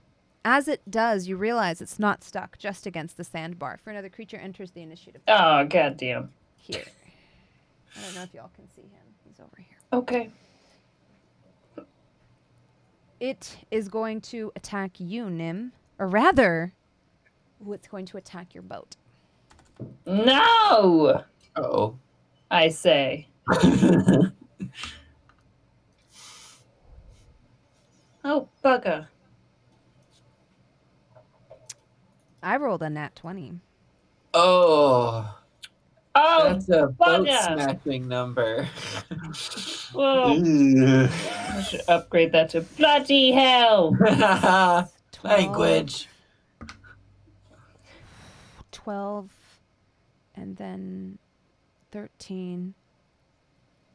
25 points of damage. To the boat. Your boat snaps. The entire back half of it comes off in the water with a sickening crunch. You said we were kind of stuck on the sandbar, though, right? Yeah, half of the boat is stuck on the sandbar. However, you are kind of caught by surprise with this. When you start your next turn, you'll be in the water. Okay. Yeah. Okay. So you're going to be kind of reduced to swim speed here. Okay.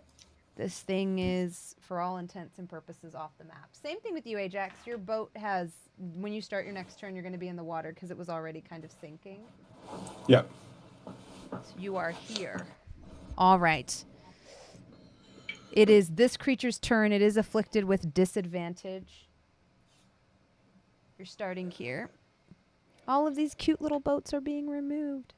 Oh, I wonder whose fault that is. Wow. Wow. Does a 15 hit? No. Okay. That's going to make its second attack. Yeah, only the first one was a disadvantage. Oh, okay. So this one doesn't have disadvantage. Does a 17 hit? Yes. I'm gonna focus.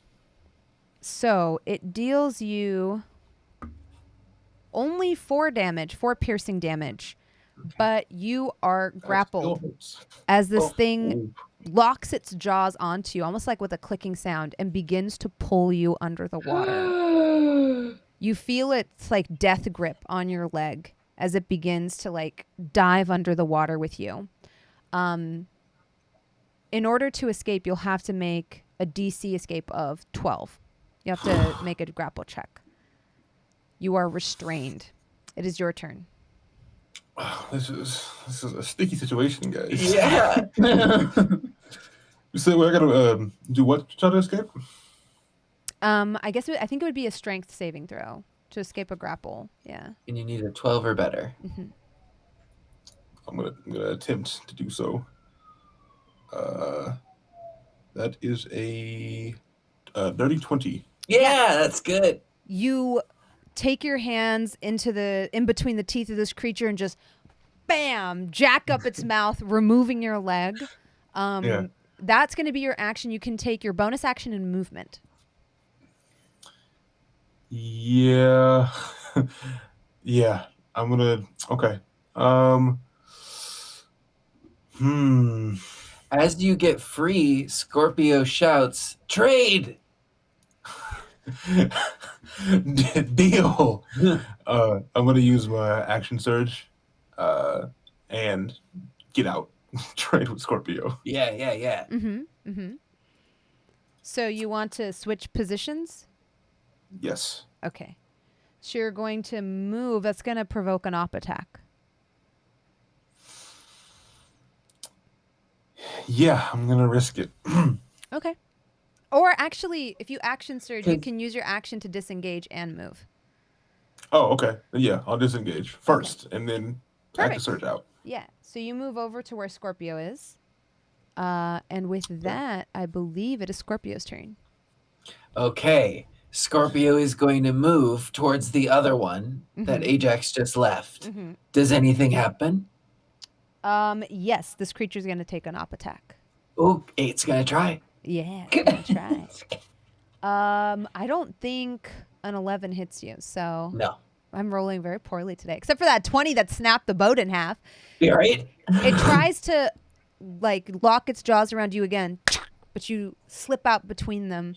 Your little anklets jingling under the water. I like to think that Ajax has come up and we sort of help each other as a Yeah. Scorpio. Yeah. So Scorpio gets a lift from Ajax up out of the water and then immediately missiles down with his forehead onto the snout of the one that was attacking Ooh, Ajax. Perfect. Because this is the one that Scorpio has advantage on from the previous spell, the True Strike. Perfect. Roll to hit. Please, Scorpio. Save me. Oh, it's a good thing too. So high math, 24. Oh, that but hits. I also rolled a 1, so it's a good thing I had that advantage. Yes, for sure. Oh, wow. For sure. Okay, so this is an unarmed strike. Let's do 4 points for that one. And then I'm going to use a key point and flurry of blows 2 more times. Perfect. Yes, it is 19 and another high math, 24. Yeah, both hit. Oh, yeah, 7 points. Mm-hmm. Twice, 14 points. Oh, that's exactly what I you rolled needed. 2 4s. As you my God. headbutt this thing 3 times in the snout, it floats belly up and drifts into the water in a sort of sickening kind of fashion. And you can see that Scorpio has been using the magics of the warlock, but it's the strike of his master Akash that really takes this creature down. Yeah. The multiple This strikes. thing is like...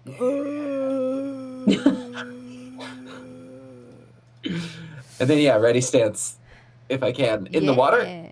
I know, it's going to be a little hard. So you are here now.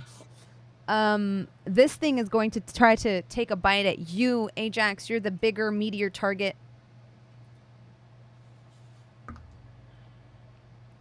It's going to bite twice. The first one misses. The second one hits. Ouch. Chunking off 7 more health as it takes a nice meaty chunk out of the side of your leg. Relentless endurance. Oh, You see- really? You're that bad off? Yes. You see Ajax slip under the water for a minute and then pushing through that pain, come breaking up through the water again. Nim, it is your turn. Well, shit. Okay, so if I try to get on the sandbar, is there going to be an opportunity attack? Yeah, because you're in the water now since the boat is broken. Can I disengage? Yes, you can disengage and move on to the sandbar. I will disengage and move on to the sandbar, and then I will bonus action healing word. Perfect. Ajax. Yeah. Please. God. I'll go ahead and do it at second level. Come on, D-Force. Oh, okay. 10 health. So you get 10 health back. Perfect. Amazing. Thank you. So Nim barely escapes the jaws of this wretched creature that just snapped the boat in half and then seeks to snap this tiefling in half and then very carefully gets up on the sandbar, healing Ajax. It is then this crocodile's turn. It's going to go for the next easiest target. Hitting, pinning the creature and taking it underwater. No! Kind of similar to what it did with Ajax, restraining it completely. Oh, no. You see red bubbles kind of rise to the surface of the water a little bit. And then, Ajax, it is your turn. Oh, my God. Okay. So depressing. No.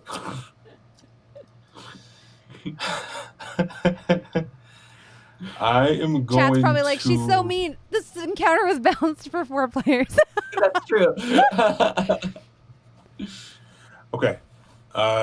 So after I reemerge from the water, Ajax is nearly... His life flashed before his eyes. He feels this newfound energy from Nim. I am going to use one of my fighting spirits, which will give me weapon attack advantage on weapon attack rolls. Okay. This turn, and 5 temp health. Nice. Then I'm going to try to attack the gator in front of me Perfect. Go for it. with Belinda. So if Ah. oh wait, should I have to roll for It wouldn't have mattered because I haven't had a chance to do anything. I was gonna say, yeah.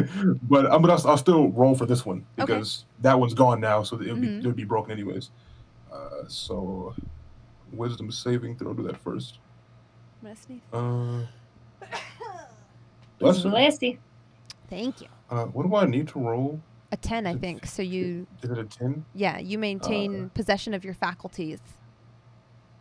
Okay, because I rolled an 11 on the wisdom saving throw. So Nice. I didn't.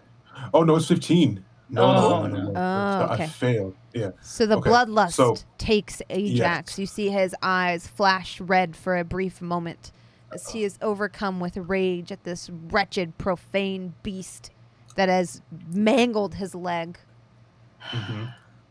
So I rolled a 18. That hits.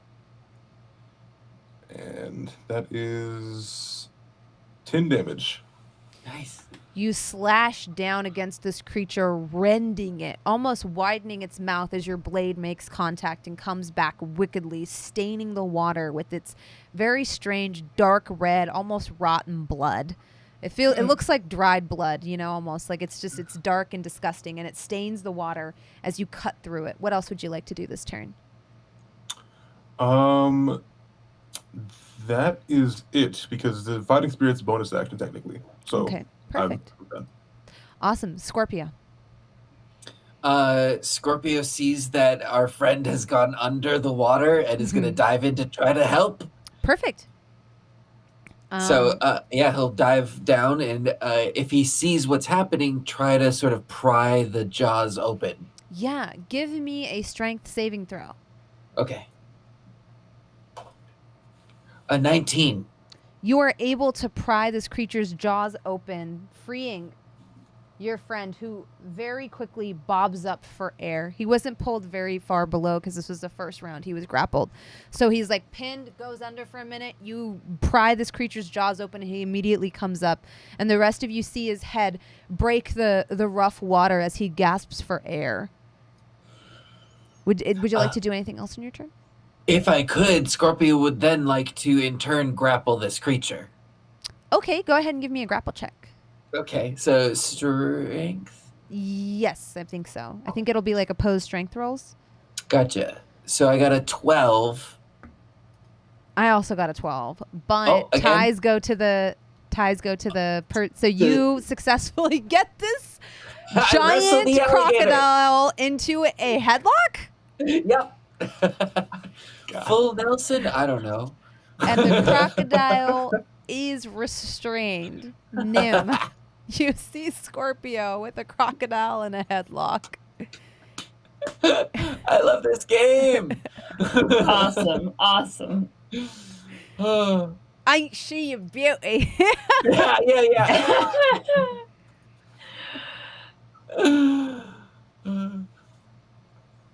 Anyway. What do you do, Nim? Oh, it's my okay. Mm-hmm. Sorry, I thought they attacked. No, you're good. Okay. Oh, you're right, actually. It's this one. This one attacks Ajax. Way to go, Nim. Way to remind. I'm sorry. Missing on the first attack and then letting out a horrible wave of almost like noxious fumes from its mouth. Let's see. What? Oh, technically, all three of you are within range. Oh no. Three of you give me Constitution saves. Oh no. Oh no. I'm not good at that. Oh 6. no. Oh, okay, but I rolled a 18. Mm-hmm. I rolled a 6 too. Scorpio and Ajax, as this creature lets out like a strange, almost like a death sigh, you smell this horrible, noxious fume come out of its mouth. It's almost like that, like pond scum, like that type of a smell. It's not rotting, but more natural, but still horrible. Yeah. Both of you take 4 poison damage. Oh. Your breath stinks. And then it is your turn, Nim.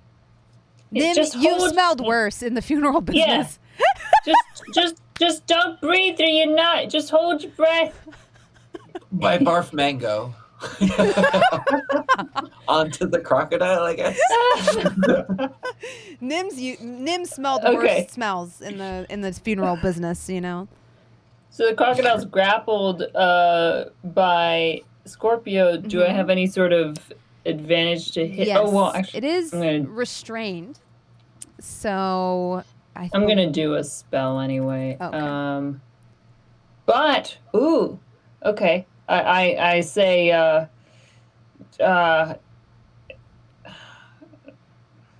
rot in hell and get a load of this spell and try to reverse bardic and unsettle it so that it has it gets minus 1d6 on its next saving throw. Perfect.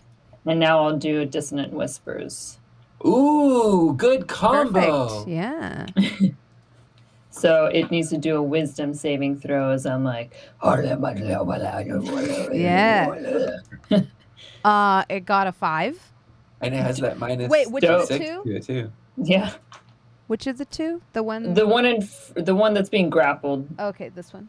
Or this one. Yeah. That's Scorpio. Me. Scorpio. Okay, perfect. Yes. Yeah, I know. It actually, it got minus 4 on that. Okay, so then it does 3.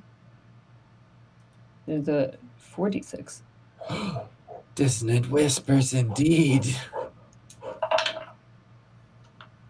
Wow. Okay, that's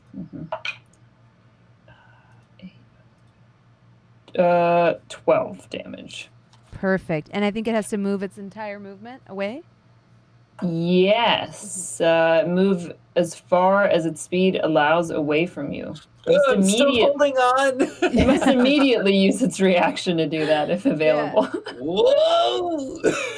Taking Scorpio with it. Scorpio, I will give you an op attack. Even though it's not leaving your threat range. Normally with Dissonant Whispers, if it moves this way, you do get an op attack. So I'm going to give you one. A natural 1. I let go. Yeah.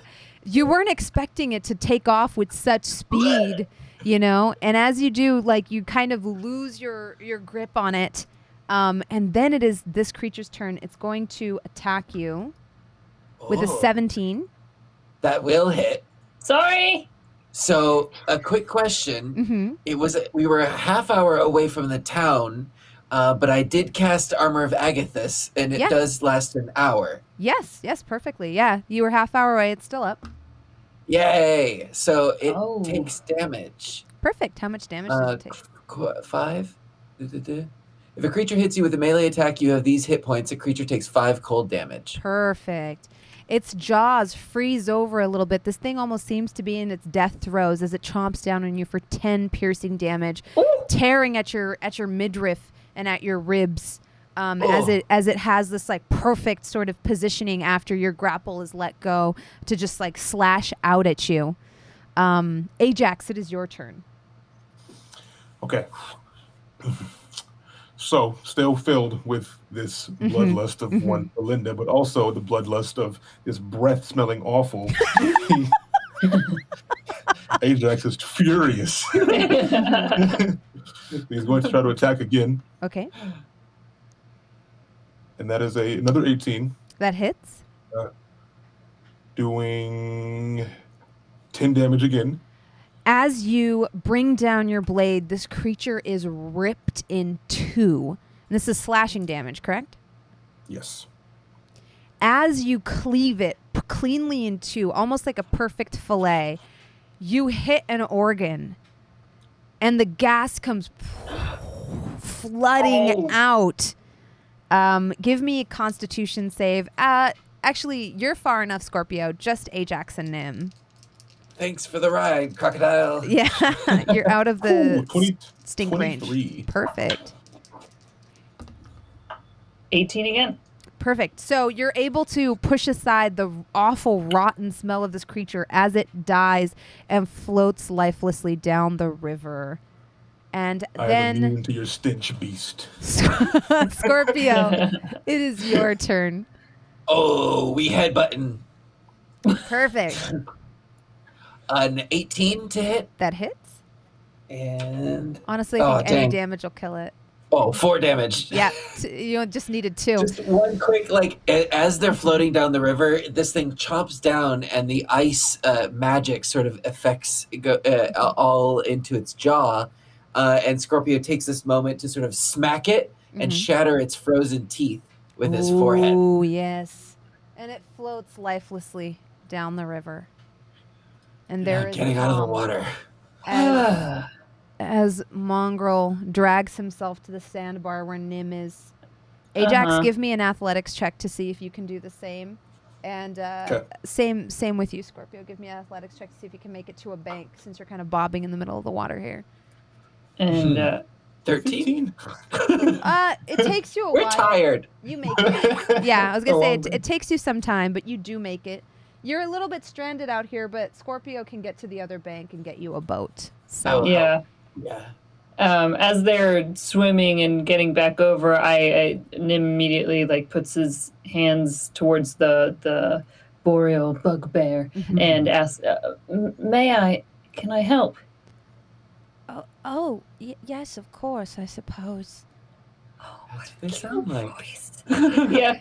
And Nim does cure wounds over their wounds. They were only down to 10 health, so that's very good, useful. Only. Yeah. Okay, and heals them for 11. 11, perfect. His wounds knit back together, and you find yourselves wet, tired, a little bloody and beaten, on the dock 2 of the boats utterly destroyed, and one very sad boreal bugbear looking at the remains of his last boat. Oh, this is rather unfortunate. Oh, I presume you're mongrel? oh I really don't like that name. It's Oh. Monterey Monterey. Gondoloria is my name, and Wait, what was that last name? Gondoloria. I come from a family of shipwrights, you see, and my boats, Oh, 2 of them destroyed. well, can we still see the boat? They're in pieces. You see like pieces of plank like washing up on the shore around you. Were these creatures troubling you for some time, or?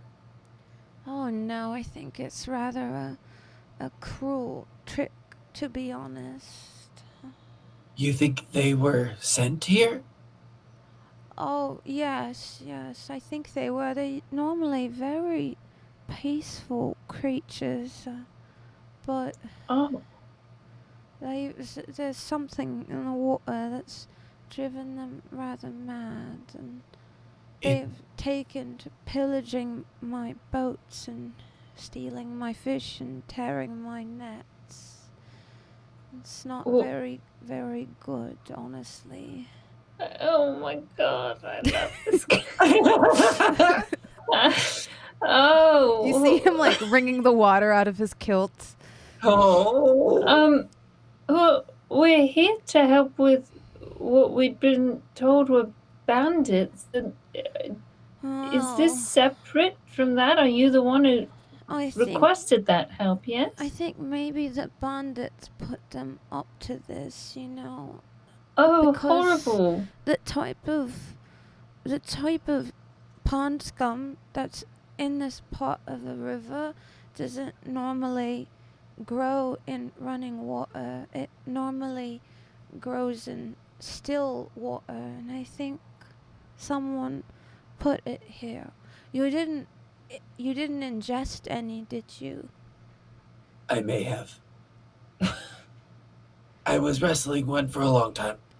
And you notice now, Scorpio and Nim, Ajax's half-orc constitution kind of makes him a little bit stronger to this. The 2 of you do feel a little green around the gills, like maybe you did have some stale, scummy pond water. I don't feel so good.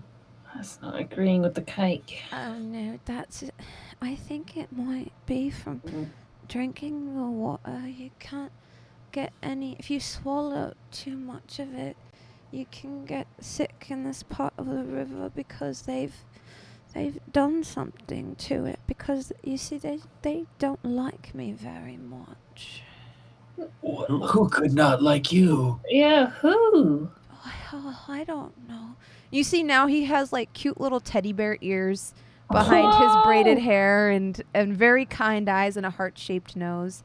And as he talks to you, his eyes well up and he says, "It's the locals, you see. They say I should go back to the north past the mountains and that I don't belong here." The locals can be very aggressive. I can speak from experience. And they told me I had to pay them taxes, and I said that I knew the laws and that wasn't right.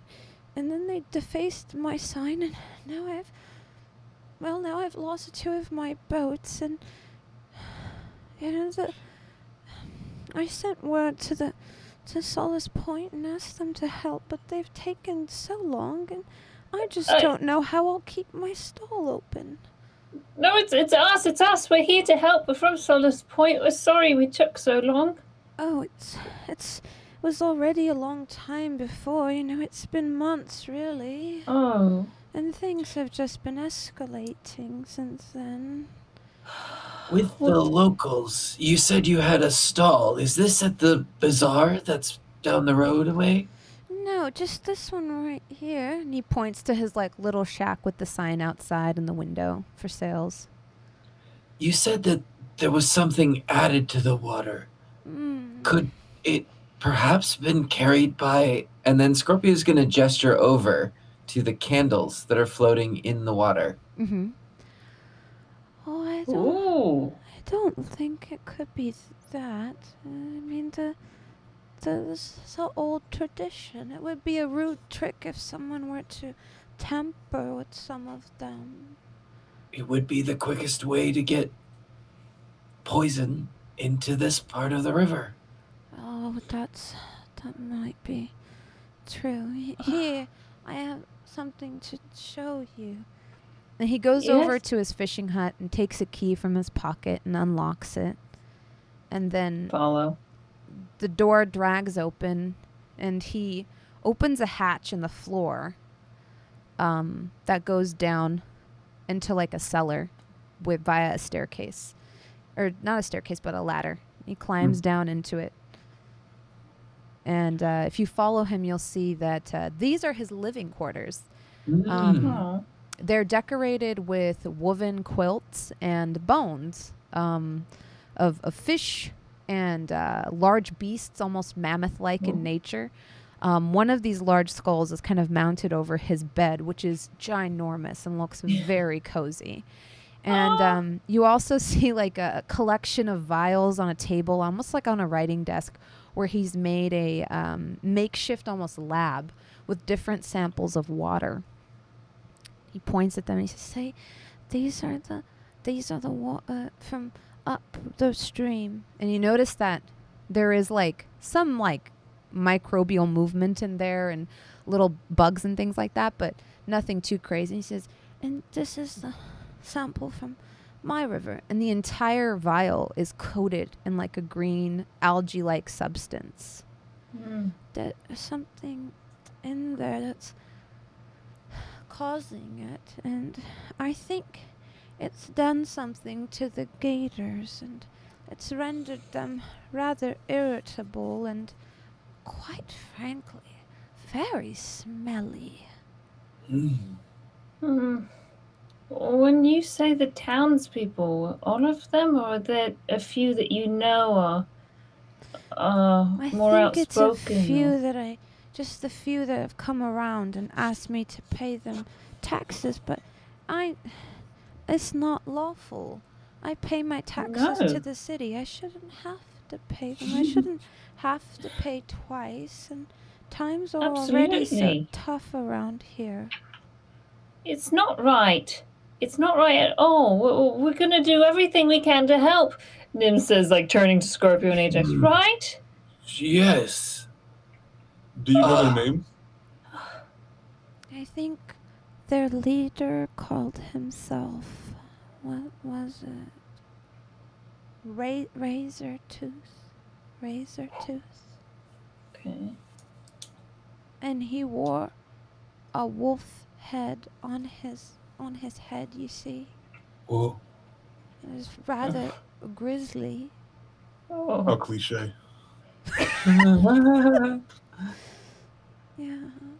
And they tried to bully me, and sometimes, I can get very mad. And when I got mad one time, they were poking me and throwing things at me, so I hit one with my oar, and then things just got worse. But I felt like I had to defend myself because they were being very rude, and then they defaced my sign, and then they did they started tearing up my fishing nets. It's outrageous. Nim leaves to go up to the stuff and starts mending anything he can. The collection of just one at a time. It's like, you should find out what we need to know. I'm gonna help this. I think there's like an angelic magical effect, but you're just like quickly doing like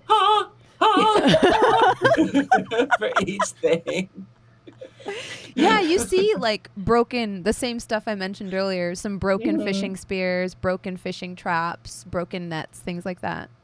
Yeah, I'm just getting to work. All right, go ahead and roll a d6, and that'll be how many items you mend. Okay.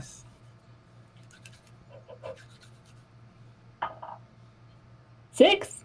Perfect. Yeah, you're able to completely mend 6 of the fishing traps. They're like almost like crab cages that you drop into the river and other things. Do you want to well. say one of those fixes for the sign? The sign is made brand new again with the horrible mongrel removed, and it once again says Monterey Fishmonger. Oh. So we can't see this, right? But we can hear. Nim? Yeah, you can hear upstairs just a clattering, a racket, and the sound of almost like wind chimes as things are being as magic Nim, is what being are you woven. Doing? It doesn't matter. Just find out more what they look. I don't know. Just find out what we need to know. All right, we'll be up there in a minute. You hear like harp sounds. Yeah. How can we help you? Maybe up your defenses? Oh, Teach you to fight? Maybe. I don't know if I could learn to fight proper like. It's not really my trade. I'm much more of a craftsman. But I figured that you were the experts and you would know what to do. Oh, definitely. We do and are. I miss Valim.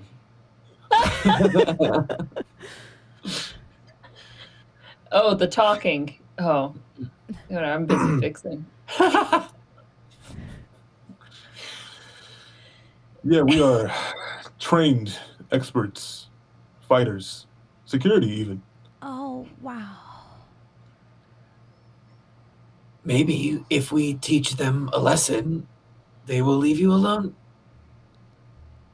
Oh, are you going to hurt them? That could just provoke more. How often do they come by? Well, about once a week they come by and they either harass me or throw things at me or try to mess with my things. They've stolen some of my fish. You see, they sometimes tear holes in the baskets and take it while I'm off fishing. I've had to begin locking things up. If, for instance, Poor Nim. You wanted to pay the tax preemptively, how would you do that? Would you have to go into town and find them? Well, they always say, we'll be back in, 3 days, you mongrel. And sometimes one of them tugged on my ear once, and they tell me I'm not even a person, that I'm a beast, and to go back to the tundra, and that. No, don't believe any of that. That my mother fornicated with a polar bear and all types of mean I things. don't know enough to know if that's a bad thing. But don't be insulted by it. Oh, okay, well. Hey, they're just jealous. Jealous of me? People that are just angry for no reason tend to attack those that are weaker than them. Because they know if they were to do it to someone else, it wouldn't happen. And don't feel bad for not being a fighter or defending yourself, because not everyone's supposed to do that. And that's what we're here for. Well, I'm very glad that you're here then.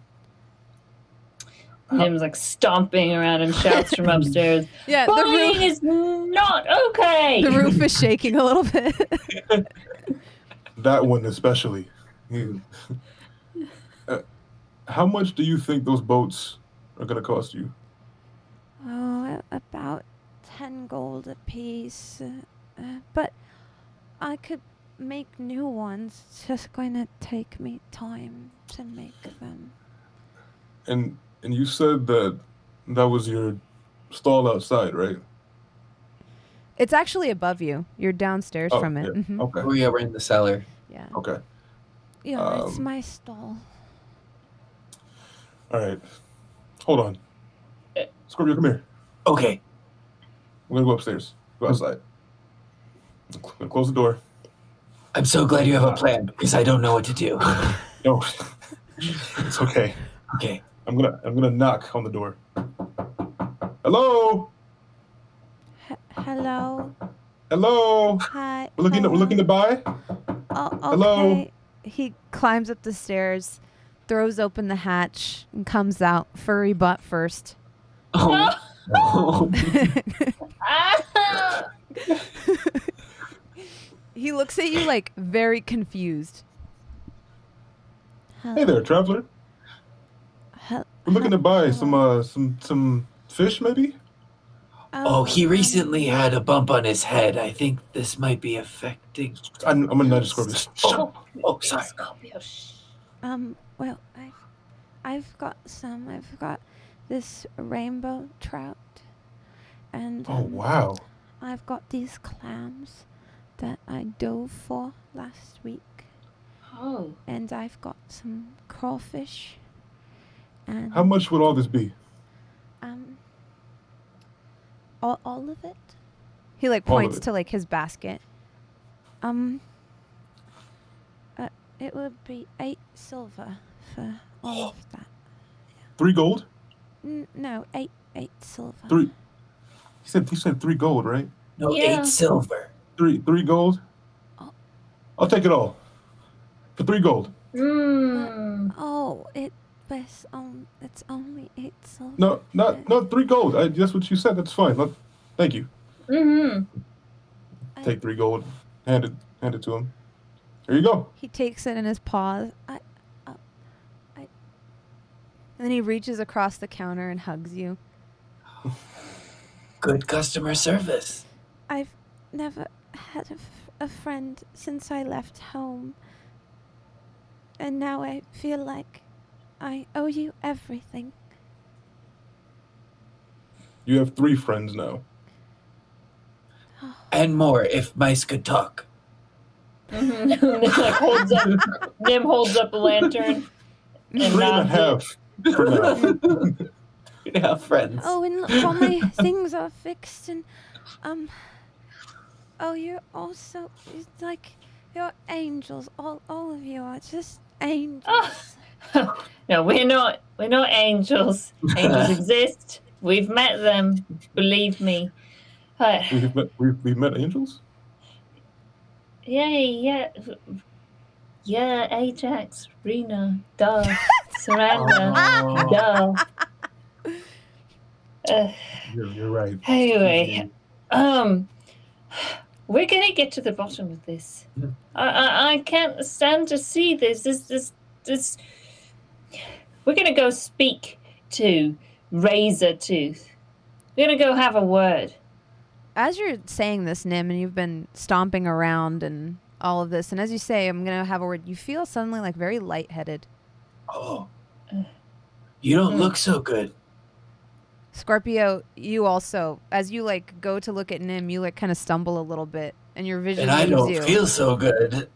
You two okay? No, it must be the pond scum. Oh no, Ajax, we must get them inside. Okay. I'll grab Nim.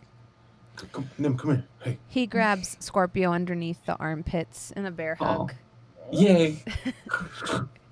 And then begins to like navigate down the ladder with one arm.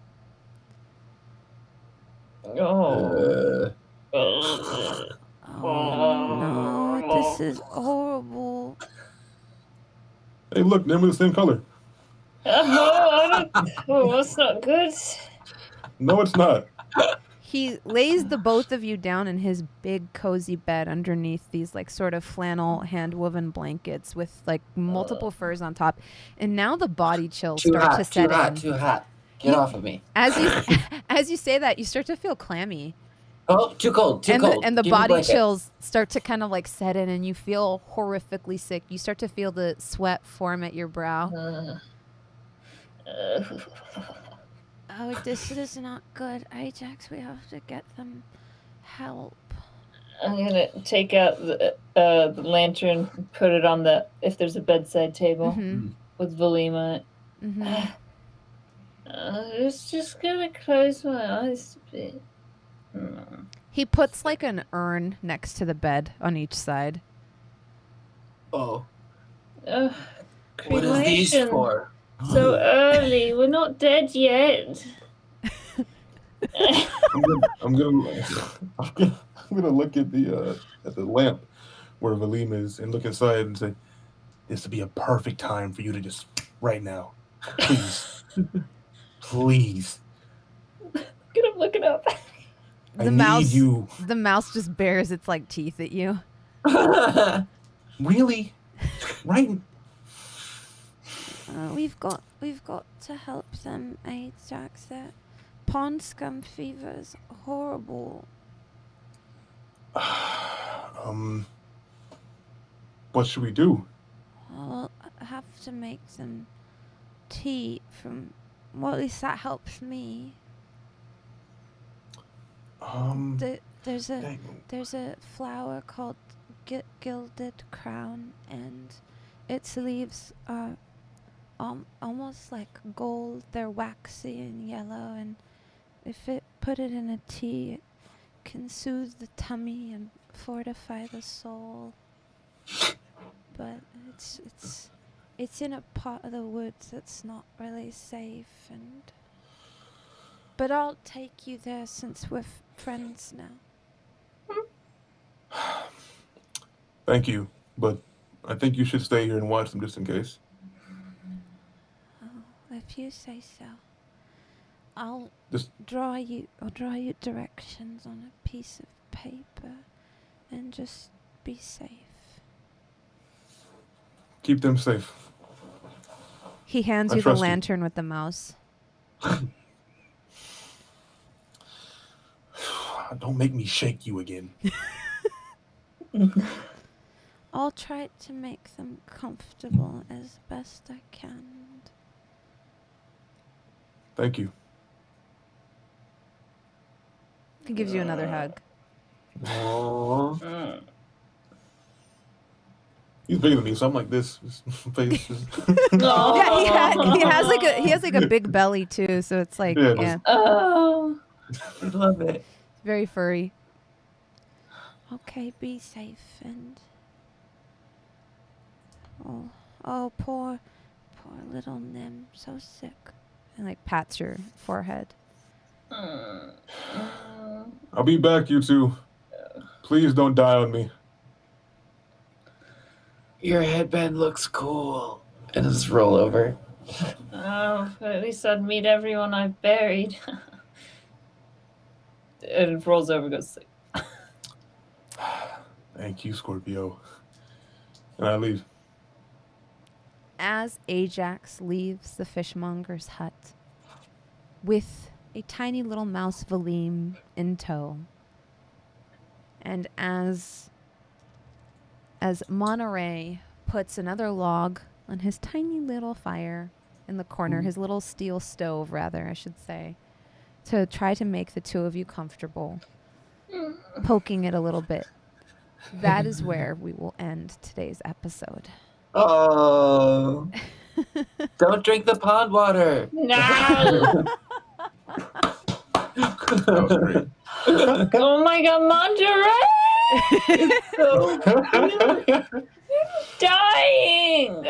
I was expecting like burly fishmonger getting bested by these crocodiles, but no. So cute. So good. This is such a heartfelt episode. Oh my gosh, y'all are too cute. Too many friends. You make the most adorable, lovable NPCs. Yeah. You fall in love with all of them. We're like, we'll do anything for you.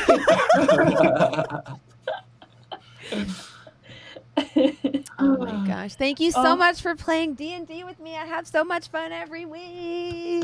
Thank you. Thank you. Oh Yeah. my gosh. I love And it. incredible map work and everything. Oh, It yeah. was so good. Yeah. Thank you for letting us play. Yeah. Yes. No. It was so good. It was so amazing. Thank you all. Let's do some shout outs. Oh, I should warn the chat. Don't worry. Scorpio and Nim are not going to die. They just need to take a sick day. Good. They just need to take a sick day next week. That is all. No one's gonna die from pond scum fever.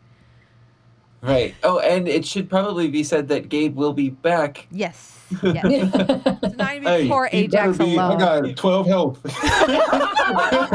You better hurry up. I should have healed you before I passed I better out. hurry up, bro. Oh my gosh. Yeah, we may have a guest for next week. We'll see if I can arrange someone. But yeah, don't worry. Scorpio and Nim they just need to sweat this out a little bit. And Ajax, Valim, and maybe one more person will go on a merry adventure. All right, let's do some shout outs. Xander, let's have you start. We're going to go in the opposite order than when we started. Yay! I've been Xander Jeanneret, Scorpio, your level 3 half-elf warlock monk. You can find me all over the internet at Xanderific with 2 R's and 1 F. Most recently, you can see a game that I played with D&D Live, and that's over on the G4 YouTube channel. It was with myself, Deborah Ann Wall, Seth Green, and B. Dave Walters, and it was a time. So you can look up Faster Purple Worm Kill Kill Kill. That's what it was called. But we had so much fun. And yeah, I'm storytelling almost every day of the week. So find me on Twitter. Fantastic. Balvin. I am Balvin. Government name is LordBalvin. Find me on Twitch, Twitter, and everything, LordBalvin. I stream, I tweet, I run a GTA role-playing server on Twitch, if that interests you. Look up TSRP on Twitter and Twitch to find out more about that. A bunch of streamers on there that do a bunch of cool role-playing stuff, so that's what I'm doing. Awesome. Josephine? You can find me at JCVIM everywhere. It's just never going to be good. It's great. You're doing It's always great. It's always perfect. At JCVIM on all platforms. You can always find me here. I'm on my own channel during the week. We're playing pianos in the morning, just one piano in the mornings on Tuesdays. If you want some chill vibes to start off your day, we always raid into Jasmine's stream on Tuesdays too, because it's the place to be. And you can watch some of my movies on Shudder. Just, check out my IMDb for more info on that. And yeah. Follow on Twitter for announcements and things. Yeah. Amazing. As always, I'm that bronze girl. If you're here, you know where to find me. This week, I'm going to be checking out some New World. I've got some cool new projects in the works, so keep an eye on my TikTok, my Twitter, and my YouTube. Actively working on all that stuff. What else? Yeah. Just follow me on all those things. I love all these people. Go support all of them. They deserve all the love in the world. Oh. And look, there's already ship art. Look. Yeah, Shikar, Thank you, Dying City. Dying City for the score packs, Shikar Dad. So fast. With the scarf and everything.